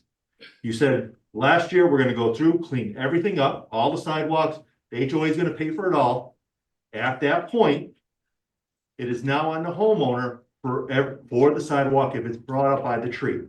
That was stated in a board meeting, and now you stated something different, and I don't, since it's on record, it's one or the other, right? The Well, I'm sorry. HOA is on the hook for it all. Let me help you. We have many dozens of trees that are on HOA common property that we're responsible for, sir. Yep. But that's not that's not the impression when you were talking to a homeowner for a tree in front of their house for the sidewalk. So just, I mean, I'm good just clarifying. Yes, Steve, what you The said. homeowner is on the hook for their sidewalk. Common area, we're still on the hook. Is that the understanding? Yes, that actually started last year. Yes, and that's why I'm clarifying because, Homeowners were on the hook last year. okay, They actually paid last year, okay, but, and that's going forward. yep, and I just wanted to clear that for the record. That's The not board how. gave them a one-time exception. If they Yep. removed their tree causing the problem, Yep, then the Remember- HOA yep. would pay that remembered all that. repair one But last time. it's just the impression, Good question. how I received it was the HOA was still taking care of all the sidewalks and that. is And not the case. almost all the homeowners paid. The ones that didn't, we voted to do a special assessment against their list. Yep, I just wanted on record You are- to clarify. You are correct, and we have trees that we're responsible for. Yep. Too. Those are good. And sometimes an independent eye of a sidewalk repair person can give Tana and Laurie the information that, hey, this needs to be addressed. As opposed to them telling the homeowner, hey, this looks like a hazard. I'm good. I just wanted to clarify. You're for the spot record. on. We're both correct. You're spot on. Yep. Okay. 8B, appointing of compliance committee members.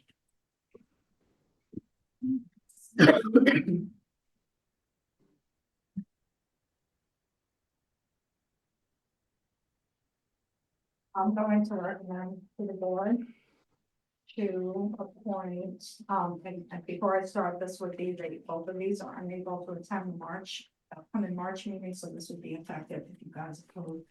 Effective for the April. For the April Okay. meeting. So the names, my eyes are not working. I'm gonna ask you a lot of questions. This is the compliance committee appointment. Do you mind if I ask a question? Can you explain how the committee members are obtained? Is it like volunteers that reach out to you, or like, what does that process look like? Or you guys, I mean, can someone explain that?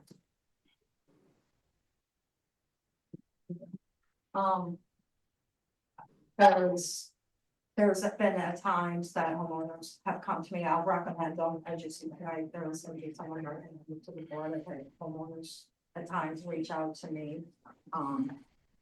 I have one of the people actually who who is the person out there who I'm actually nominating tonight. I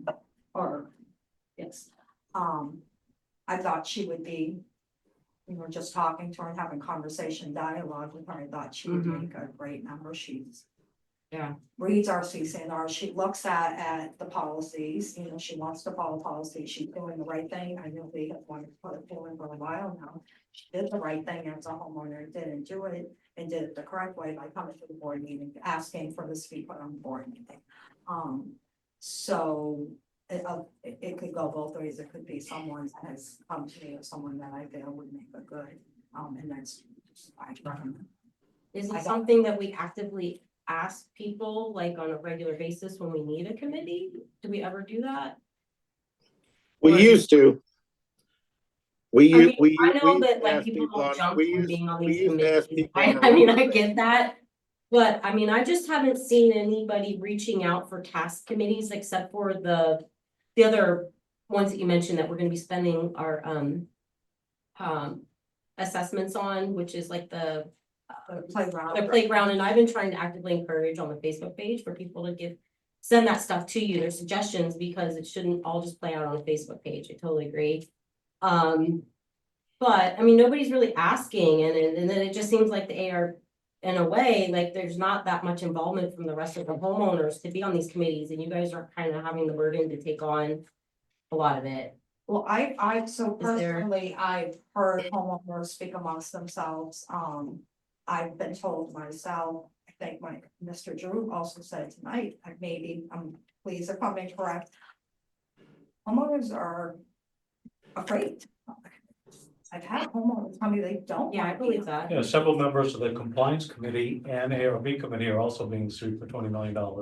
And some of them volunteered for the committee for 20 years and never done anything wrong. Okay, so you got. But they're being sued because of their role on the compliance committee? Is that what's happening? I'm not familiar with that one. Sadly, We don't understand it either, man. sadly, each of the names that I speak to, and that's because of the current board, just being straight up. Yeah, I mean, that's a lot of the feedback I'm getting as well, and I'm not saying I know everything, because I don't, but I was not aware that anyone's being sued because of their role on the compliance. So are you recommending persons for the committee? Is that what we're doing? I am, I'm recommending Thank you Sandra for explaining. Pando and Lee DeBoer. Names again? Sandra Pando, Pando, and Lee, Lee in my part, Leigh, L-E-I-G-H. capital D, lowercase e, capital B. Capital B-O-R-D. Okay. Correct.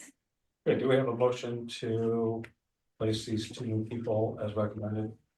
I'll make that motion. Now, before you hold the motion, I'd like to answer the young lady's question. If you look at last year's board meeting minutes. We're gonna go into discussion. Mr. Gordon, Mr. Gordon, don't please have a remain second. silent. Yeah, do we have a Mr. second? Gordon, please remain silent. This is the director's meeting. Okay, not an now office for meeting. discussion. You can't discuss it until it's an active motion, sir. Go ahead, Kurt.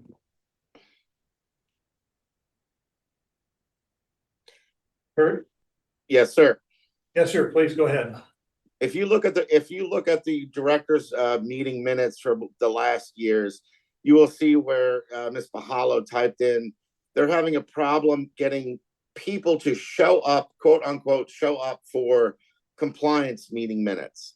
If you are willing to serve and willing to participate, you are a glad welcome to the committee, in my opinion.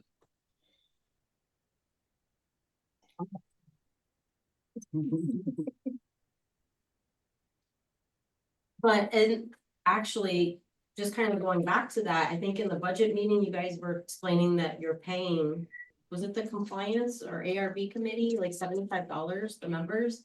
Because you were having issues with them showing up? So how many people from access management are on compliance? No, that's something different. What's currently? Currently 2, and then this will be the third one. 3 from access management are fixing to be, if we approve this motion, to serve on the compliance committee. They're all CAMs with great knowledge, and they don't miss meetings. We had gotten into a position in the past couple of years where we had to, at the last minute, cancel meetings, which is incredibly unfair to homeowners. Right. Cancel meetings because our committee members just didn't bother to show up for the meeting. So that's, again, we reached out to access management, asked them to help us solve a problem. They said, well, this is what we're doing in a lot of other communities. You want to try that? So we tried it. It's worked really good, leaving homeowners on there also. So But we're paying the $75 to the What- homeowners or to the staff? Well, we to don't help? pay anybody directly. Access management charges a fee Uh-huh. of 70. It's kind of a standard fee for anything they do. Because I we're have using no their idea resources. how they pay their employees. Right, so it's a fee that, because we're using their resources to Yes. fill in these compliance Yes. roles. But Lori, HC. Okay, thank you. Also at the budget meeting, I believe, and I think it might have been, don't hold me to this, Greg, I think it was you that said, hey, if you want to volunteer to serve on the compliance committee or ARB, let Lori turn in your names. How many did you get, Lori? 1? This is the last time I asked you, you had 1 person that volunteered. But I still think we could do, we could also go out and say, folks, we're looking at reconfiguring all the committees and updating that. If you're interested, please let the board director know, let Lori know, let everybody know about that kind of stuff. I'm always interested in that. On the motion, with all due respect to the persons that you named, I believe the law is clear that you can't have paid staff on the compliance committee, and so I'm going to vote no. Call for the vote. Okay. Yeah, I think that is. All in favor? Or is discussion over? Yes. Okay. Aye. Aye. No. No. Okay, 8D, board designated funds. If you're interested, give your name to Lori. Well, I think the part of the law is that we have to have 3 members appointed by the board who are not officers, directors, or employees of the association. Is that an accurate? That sounds great. Yeah. And so we technically are supposed to have 3 Not members, officers. non-members, Homeowners. Basically homeowners. So you're not judging. It doesn't have to be homeowner. Right, homeowners don't like to find. So would other that give us homeowners. the 3? Would that give us the 3 that we would need to move forward? How many total would that give us, Lori? Adding the 2 tonight, Uh-huh. will give us a total of 5. 5, that'll give us But 5. 3. We have to have a on quorum to have a meeting. Okay, so 8D. How many are paid? So who are the 3 again? I have Sandra and Lee. The other. The other ones are on. We have Krista Malone, it's from Access Management as well. And please state their membership to the association. But they are an employee though, technically, They're right? not an employee of the association, they're an employee of Access Management. And that's okay. association doesn't have any employees. Right, but we employ Access Management and I just want to We make sure we that, contract is with that Access okay? Management. But I honestly don't know. I'm That's really why I not- said, please state their That's why I just membership to want to the make sure association. that what I'm asking, we get clarity on, and I think we made huge progress tonight on that. It's just that the 3 members it's not a conflict of interest with Access Management being one of those 3. Instead of 3 homeowners. So we reached out to Access Management because we did not want to create a conflict of interest to Yeah. do anything against chapter 720. And they seem to say to us in response, we do this service for multiple communities, as do multiple other management companies provide this service for multiple communities. And it is not a conflict of interest under chapter 720. So we based that a whole lot. I reached out to Jennifer also and asked her long before we decided to use that, but we had reached a critical situation where we were canceling lots of meetings. Yeah, and I do get that, and you do have to try to make things work for our community. But since we're able to ask questions, I just want to get it up. Okay. Thank you.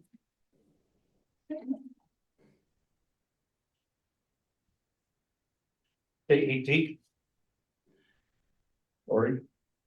Doing 8D or 8C? Doing 8C. Okay. 8C. 8C, administrative fee compliance hearing notices. All right, so this, we're asking for an administrative fee on all compliance hearing notices, recommended fee is $35. Hearing notice. I For can't hear. hearing notices only. You might need to speak up this Sorry, time. okay. We're asking the board to approve an administrative fee for compliance hearing notices only. In my research, again, I've reached out to multiple communities or people I know that live in homeowners association where they are charged the fee. They are charged the fee for the hearing. This is predominantly based on the new Florida statute. A homeowner has, first off, can't stop me at any point if I'm incorrect. A homeowner has up until the day of the compliance meeting to rectify the problem. So if they were to get on the Zoom meeting and they had rectified it, the compliance committee should vote not to fine the home. Okay? So if they choose, if the compliance committee votes to fine the homeowner. Sorry. So then, if they receive the violation, then they have 7 days. So they have 7 days after that per new Florida statute to again fix the problem. Where we find a lot, I'll give you some examples, trash bins, okay? Can't look for trash bins 48 hours before or after trash day. So now if we go through the weekend and their trash bin is just sitting there, I mean, it becomes obvious. So we have situations, we have to, these are in our NLCC, okay? So we have to issue violations when we see one, right? So there's homeowners that continue over and over and over and over again, which takes time for Tannen's job. He's having to go to these same homeowners over and over again. We used to call them violations. So because of that 7-day period, now that's what we're asking. A deterrent, maybe once they get that hearing status, they're still going to get their courtesies and all of that, but once it gets to that hearing status. Well, you know, maybe deter some of these people and start pulling their things off or. Nations as such. It sounds like an unintended consequence of a well-meaning law that got changed. For homeowners who don't like to abide by community rules and. Should call it the Tamil tariff. So are you So- asking, we're So asking I'm for recommending, administration fee? I'm recommending that the board approve a $35 administration fee on all hearings. 35, 35. which is what it used to Just be. on hearing notice. Just one hearing, notices only. So for historical purposes, prior to 10 years ago, every violation got a $35 fine, whether it was approved or not. That's one of the first things. Fee, I think, yeah, the fee. Fine fee. Yeah. That was one of the first things that we eliminated when I joined the board. Of that $35, I think 30 of it went to access, or back then, per service. So it was an extremely lucrative fee for them. You've been here a long time. And it would incent their manager to go out, that we're paying their salary to go out and write $1,500 of violations in a day. So essentially, they were double dipping on top of that.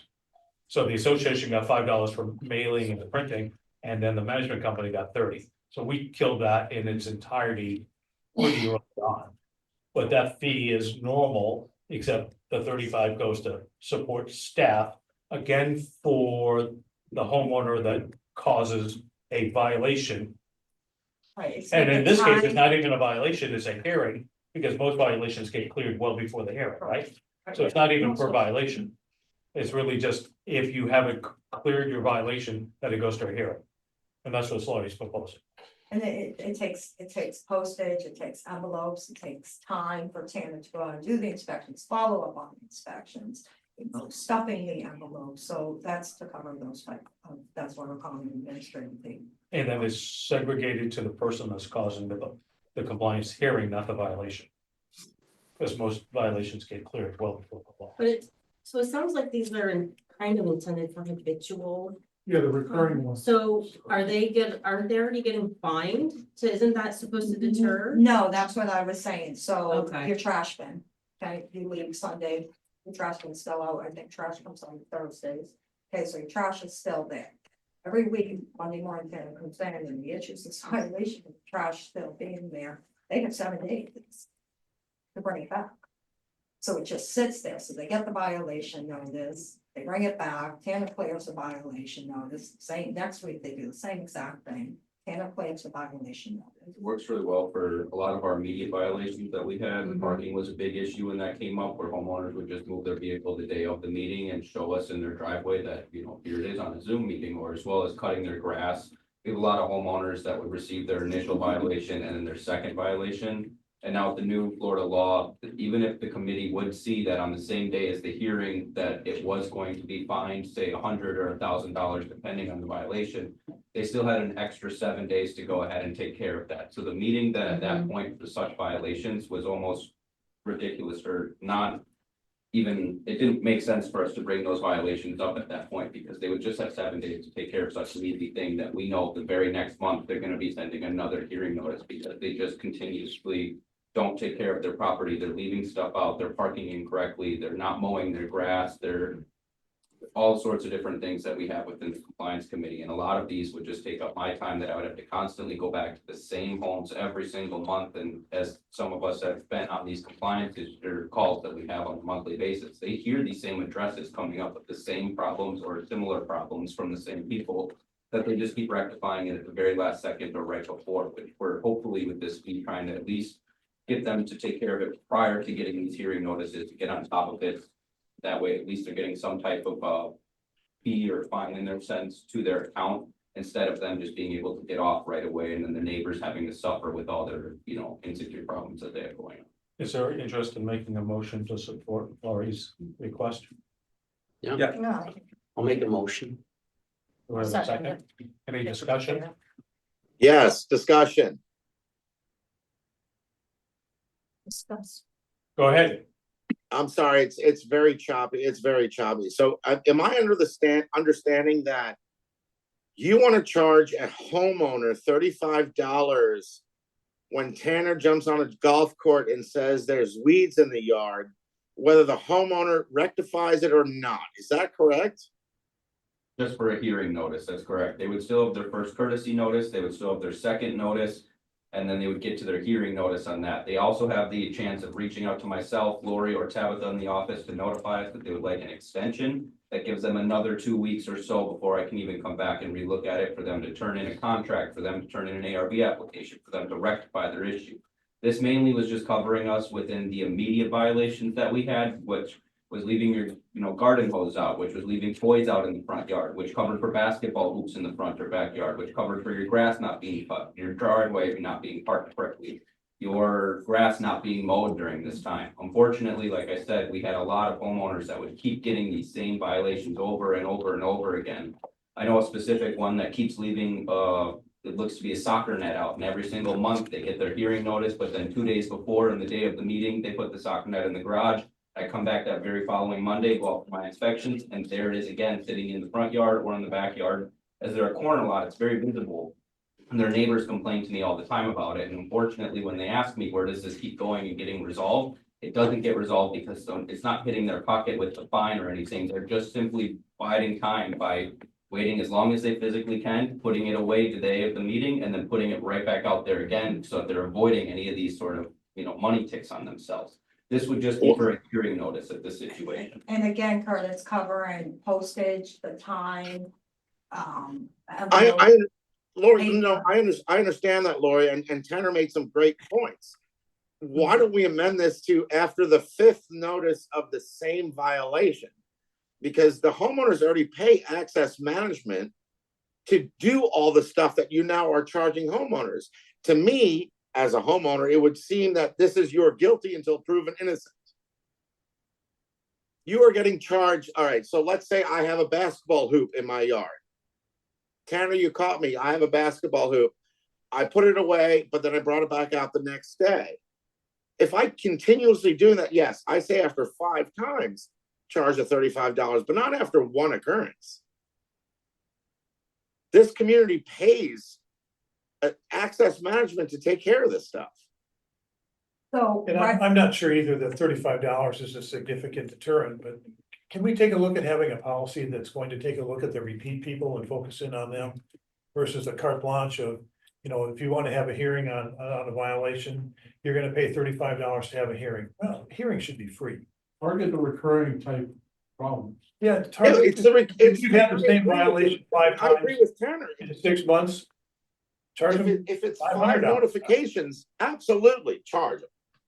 With access management's experience with I thought other that's what it HOAs, said. what It's is a your, recurring. what is their experience with other associations? Well, access as well as just personally speaking to people I know that live within the HOAs or work for HOAs have told me that the price varies, but within that range, many associations do charge. So it's the hearing point is where they charge a fee and have. I didn't hear that. So it's only for the hearing part where access They'll get- management, and it's been implemented at other associations that you are It is know my of, and has understanding, it, yes. well, has it worked? Like, what statistics, or do you have any data?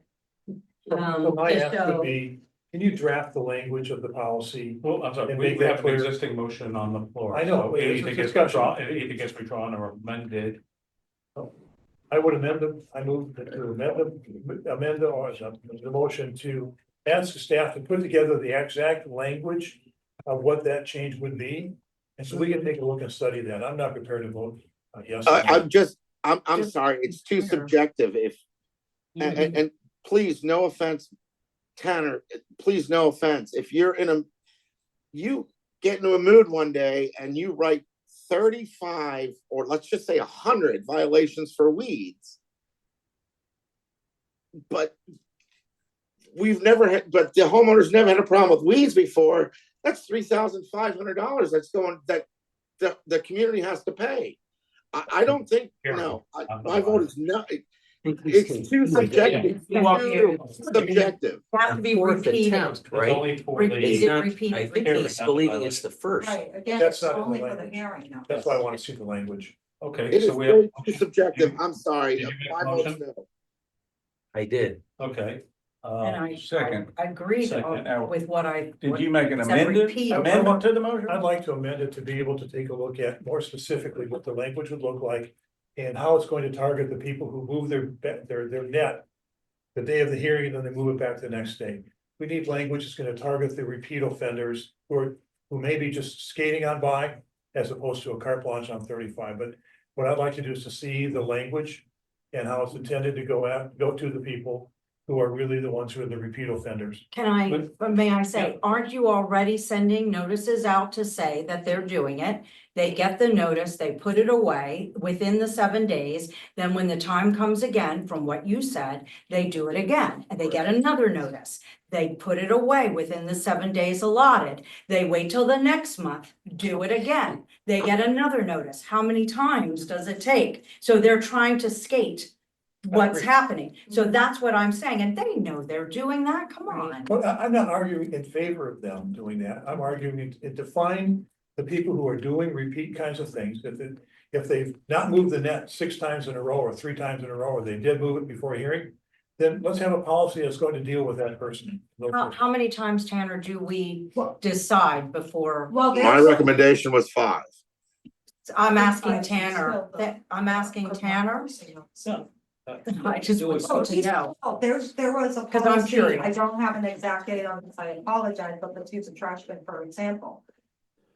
Back when you could get the $100, prior to the new changes in the Florida statute, you would get a 1 courtesy notice a year. So you would be given that opportunity. And then every time after that it occurred is when you went to hearing and you could be assessed those fines and the community voted for that. So we are currently and have in the past given that courtesy notice. Okay, so we have a motion on the floor. Do you amend your motion or do you keep it as it stands? I keep it as it stands. Okay, all in favor? Wait, I think you have to vote on Greg's amendment first. No, Don't- he doesn't vote to, Yes. You have to vote on whether you accept the amendment. sorry. Do we have a second to Greg's amendment to the motion? I second it. Amending.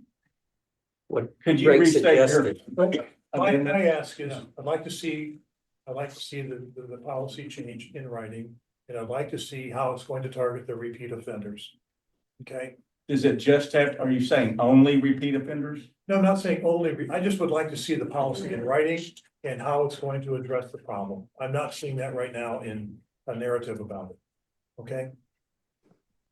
Which Yeah, means push it I think what to everybody's saying the is next we meeting, agree push it with to the next where meeting. you want to move forward. but I second that's that, the Steve. language, Push it and to the if you next have meeting. data to support Anna? your case, that would actually be probably very helpful too. I know it's an extra step and it's frustrating, but I think it's the right thing to do. Because we don't want to willy-nilly we want to make sure whatever's put in place. But I is thought good. that's what we were doing, so correct me if I Greg, do you have understand. a general idea to give to these two guys so they'll know how to write it? Not just one. Because I know what they're saying, I don't know what you're saying. Well, I'm not sure how that's gonna play out, how it's gonna really, I don't understand how it's gonna target the repeat offender who keeps going and going. It's not just repeat No, offenders. no, and I don't think $35 is going to Right. dissuade someone from, playing the games. Well, I'd like to see the policy draft in writing. For example, somebody that leaves their trash can and recycle can out, they literally can leave it out every day of the month, move it into the garage or beside, behind the bush, whatever, the day of the hearing, and can't find them. They know that. They know that, the homeowners know that. And so that's like But if there's every homeowner, month. So if they want to pay $35 a month for 12 straight months, maybe we have homeowners that are willing to do that. I will tell you this. No, Steve, that's not what Tanner said. Tanner said it's $35 per notice. No. only the hearing notice. It even says that on the agenda, it's only for the hearing notice. for It is reference not to for your that- courtesy notice, it is not for your second notice, it's only for the hearing notice. And for reference. That this would month just like we my only have preference would be 9 people for going everybody to hearing. comply all the Last time. month, we only had 4 I'm just people going asking, to I'd like to hearing, and see the it in month before writing that, we before only we had adopt 2 it. people going. to You wanna hearing. see So it's the not like we're racking motion up 100 or 50 that or we're 25. making in writing? I'd like to see the policy that we're looking at adopting in writing and make sure that I understand that it's gonna have the effect. So I don't know enough right now to vote yes, sorry. Is putting it in words going to help? Well, then. I'm asking. Yeah, I mean, it'll help. legitimately, yeah. Here's the language, here's what it's gonna say, here's how we vote to adopt it or not, and put it on the next meeting. What do you think, Lori? You guys are gonna be the ones to do it. I mean, ultimately, I believe, you know, the policy would state exactly what it says, is that any hearing notice is to be assessed $35. Whether they're innocent or guilty, they're gonna get charged $35. They're guilty. They're already They're guilty. guilty. They're already guilty. For notice. Okay. Maybe the okay, clarification so needs to what- be what the hearing Okay. notice is. How like first offense, you get 7 days, right, to fix it, and what Tanner was saying, the guy will take the net, put it inside the house, and then a day later put it back out. Well, technically, that person's not gonna get a hearing notice, right? Well, no, what Because would they have to happen is comply. they would get their courtesy notice, Mhm. and that would be their, for in the instance of an immediate violation, they would still get their 1 courtesy notice a year. So for basketball hoops, all the stuff I named prior to, so in the case of the soccer net. I come around on the first of the month and I see that the soccer net's out there, I send him his courtesy notice, he gets that one done for the year, then the next time I see it, it's his hearing notice. In the past, what we would have to do is every time after they got their courtesy notice, it would be $100 automatic that we would bring to the table at the compliance meeting. And homeowners were getting very upset that they were getting charged $100 for something that they could have just taken care of very simply, put it away, cut their grass, tied up their hose, moved their car correctly, or done whatever the case was. In the event of our 14-day violations, the stuff that, you know, is bigger, painting your house, pressure washing your driveway, all that stuff, they still have 3 notices and a chance of an extension if they reach out to me. If homeowners feel that there was a mistake made, you reach out to myself and I will personally meet you. I've done that many times throughout my tenure here so far. Met with many homeowners out here. We've even had to bring out Lori if the discrepancy between the 2 of us where I still felt it was and they still felt it wasn't. And we would always find a way to meet in the middle and eliminate that. Most of the violations that I sent out rarely make it to the hearing notice stage at this point. And like I stated before, a lot of them are the repeat offenders. Whether that is an immediate violation or a 14-day violation, it seems to be a pattern of the same homes every other month or every month coming up with a different violation because they're just simply not taking care of their property at this time. Hopefully that will try to deter more homeowners, even the repeaters, to not keep getting these hearing notices for the simple ones like the soccer net, the basketball hoop, as well as the bigger homeowners that they know that they have to take care of it, but they're just waiting all the way up until, you know, the month's end to take care of it, or when the hearing meeting comes around and then say, look, here, I got my contract for you, but it did take me 2 weeks to get my first notice, 2 weeks to get a second notice, 2 weeks of an extension, and then a whole nother 2 weeks before they got to their hearing notice. That's almost a month and a half right there. They knew they had to take care of something, disregarded it, didn't reach out to myself, never contacted me, and then still at the day off was just like, hey, I took care of it all, but yet I still had to go out and take all the pictures, write their letters, send it out to them, mail it multiple different times. They're out there. Most of these violations end at their second notice when it comes to the bigger ones because homeowners are actively taking care of it. That one is $1,000 if the committee votes on it. They still also have the 7-day period to fix any of those violations now with Florida new law. So great to them if they do take care of it. That's never my intention to get that taken care of. I just want to make sure the homeowners are keeping their community and your community looking at it, especially at this time.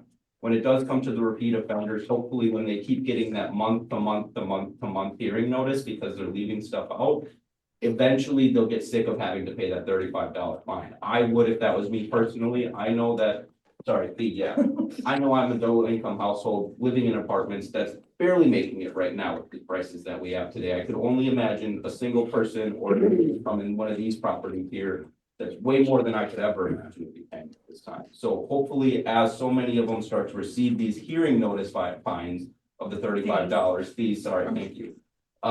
They will start to get at it and not have to do that so much, and hopefully I won't have to keep having to send them to these properties. So we have a motion to amend Paul Snyder's motion from Greg. All in favor of Greg's amended motion? Let me ask one quick question. I apologize, Dave. Lori, what's your opinion? This involves you too greatly. No, I do think there should be a fee, some sort of fee. I mean, if you guys do not agree to the 35, like I said, after the research I've done, that seems to be an average standard price. As Andrew said, it's pretty normal in most I communities. personally recommend moving forward. Moving forward. With And then doing the policy to fit whatever we agree to tonight. Greg is asking you to write the policy But write the first, then policy approve it. first. That's my thought, yes. And we're asking you, I think Paul's motion was to just go ahead and approve it and then write the policy so that you don't spend all the time writing the policy if it doesn't get the approved. policy is as simple as. I'm not sure what, that's why I think Steve was asking me, what specifically do you want? Because I think the policy is as simple as a $35 and it's strictly for. $35 though is carte blanche. Anyone who goes to a hearing is gonna pay the 35. I thought the starting conversation here was to target the homes that are repeat. And I'd like to see language that would target the home that repeating and doing it over. They're doing the net every time they want to do that up. That's what I'd like to see targeted. And that, if that's the case, then I'd even go higher than $35, whatever we need to do to get them to stop. And I always believe a policy should be defined in writing, and we vote on a policy in writing versus a draft to be discussed later. That's where I'm at. Call the question. Call the question. Well, that's what I was saying. You Okay. have current policy that I'm they ready. get their courtesy notice, so. Good, okay, so Call the we question. have a vote for Greg's motion to amend Paul's previously seconded motion. All in favor? Aye. Aye. I'm gonna vote no. Opposed? Yeah, no. Yeah, 5 minutes or no. I don't get it. That's only a minute. So I just want to make sure we understand what we're telling the homeowners. You all voted, the 3 appointed board members just voted no That's what, how he to a explained. policy that's not even written yet. We have a motion that's on the floor from Paul Snyder's first motion, which has been seconded. Is there any discussion needed on that motion? No. All in favor of. Paul Which was Snyder? that motion? I'm sorry, Mr. Gordon. Which was that motion? $35. To adopt the $35 fee per hearing notice. For hearing notice. Yes. only, That's all Just hearing notices, right? Yeah, Just hearing. just All- hearing Not for the notices. violation, just the hearing. Yes. All in favor of that motion? I don't even. Aye. Aye. No. All opposed? No. Okay. Because. Next on the agenda. 8D, sorry, Laurie. 8D is me. Okay, Board designated funds, observation deck, walkout, pedestrian bridge, playground covers, and the gazebo cover.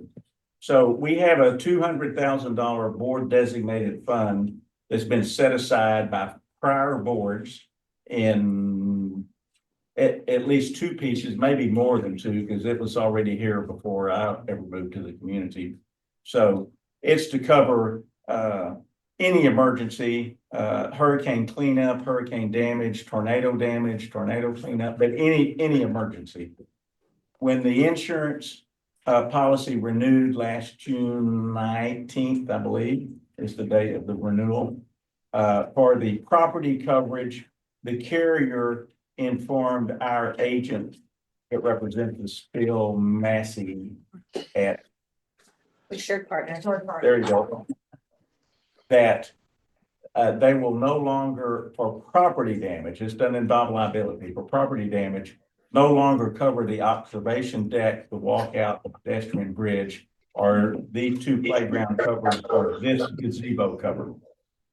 Phil reached out to multiple other property carriers they also all refuse to cover property damage for all 5 of these items. And So after let me make sure I understand. So all of these items are no longer covered by liability insurance or anything? liability's fine. Okay. This is just property damage. Property damage. Just property damage. I talked to Phil and a lady, whose name I forget, at the agency that handles it. Northshore, maybe. Who? Northshore is his partner. Sounds right, could be. Mhm. And just to make sure I understood what was going on, because obviously that's a concern. A lot of money tied up in these items. And you may or may not remember, but the playground covers were completely shredded and blown away when we had that little mini tornado hit 2-3 years ago. And the gazebo damage sustained some damage. The gazebo cover sustained some damage also from that. They were still covering it. So I called, talked to him quite a bit myself, find out what was going on. And he said, obviously, Florida is a hurricane state. This is a thing of the current. I started to say a thing of the future, but it's no longer the future. This is a thing with property insurance companies. So we need to increase our board designated funds to cover potential damage caused by any reason to the observation deck, walkout, pedestrian bridge, playground covers, and gazebo cover. The finance committee discussed this at length when they were meeting to look at the budget proposal that they proposed to the board to cover. They talked about it quite a bit, and through several different numbers around to recommend to the board to increase our board designated funds to $200,000 because it would just become part of that fund. I had recommended, they asked me, said, how much would it cost to totally replace the observation deck, walkout, and pedestrian bridge if a severe hurricane came along and wiped everything out, which is certainly not impossible, but not super probable. Sustaining damage is certainly not out of the question. Completely wiping it out would be pretty serious. When we rebuilt the observation deck, walkout, and pedestrian bridge, it cost us, in round numbers, $250,000. That was in 2020. That project finished up in 2021. So it was 250 and change to rebuild, and that would have been the equivalent of a total wipeout of those 3 structures. The playground covers, I'm doing this from memory, were around somewhere between $30,000 and $40,000 total for the 2 of them. And the gazebo cover just sustained some damage, so it was not very significant at the time. So I said, obviously costs have gone up since 2020, 2021. I said, I think we ought to increase it by $350,000. So it would go up to $550,000. The finance committee did not feel comfortable increasing it that much. You were there, Lori, so help me make sure I don't say anything that's not true. They recommended increasing it by $250,000 for a total of $450,000, which would cover all emergencies throughout the community. It would not be simply designated to the deck, walkout, bridge, covers, and cover, but any damage anywhere throughout the community. Go from go from the current 200 up to $450,000. That money would be set aside out of current retained earnings. And so I'm going to make a motion tonight to increase the board designated funds for emergencies from $200,000 to $450,000. Do we have a second? I'll second. Discussion? So this was based on the finance committee's, The numbers based on what they recommended, okay, where does? which wasn't quite as high as what I recommended. Okay. And that's because we're not gonna be covered. And their thinking was probably not going to have a total wipeout of the observation deck, walkout, pedestrian bridge, playground covers and gazebo covers all at once. So, to the extent we would need to use any of those funds in the future, they would need to be replaced. And as time goes on and costs increase, future boards would probably need to increase the amount of those board designated funds unless the state of Florida does something about property coverage from hurricane damage.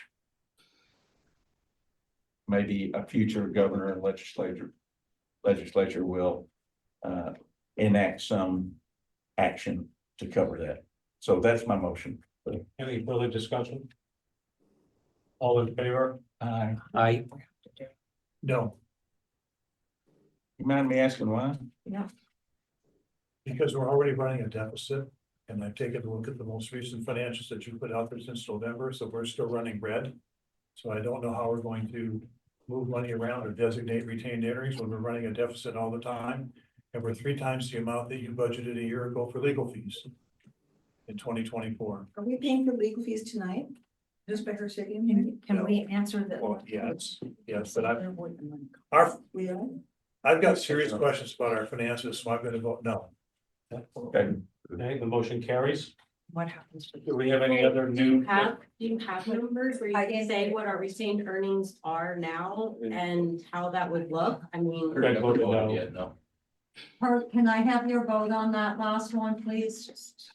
I'm sorry, I have to, Lori, I have to abstain because I'm just perplexed on the numbers. I don't have, why was the deck rebuilt in 2021 and wasn't built to category 4 hurricane standards? I'm gonna abstain on my vote just because I don't have enough financial information to make a comprehensive vote for the homeowner. Okay. Do we have any other new business? yeah, I'd like to make a motion, Dave. I'm gonna make a motion to remove Greg Matheson as a director of the association without cause pursuant to Article 5, Section 4 of the amended bylaws of the association. Do we have a second? I second the motion. Any discussion? All in favor? Aye. I, Kurt, Nay. Nay. Thanks, everyone, for coming. Way to make it up. 7:57, the meeting is adjourned. Thanks for your participation. For the next meeting.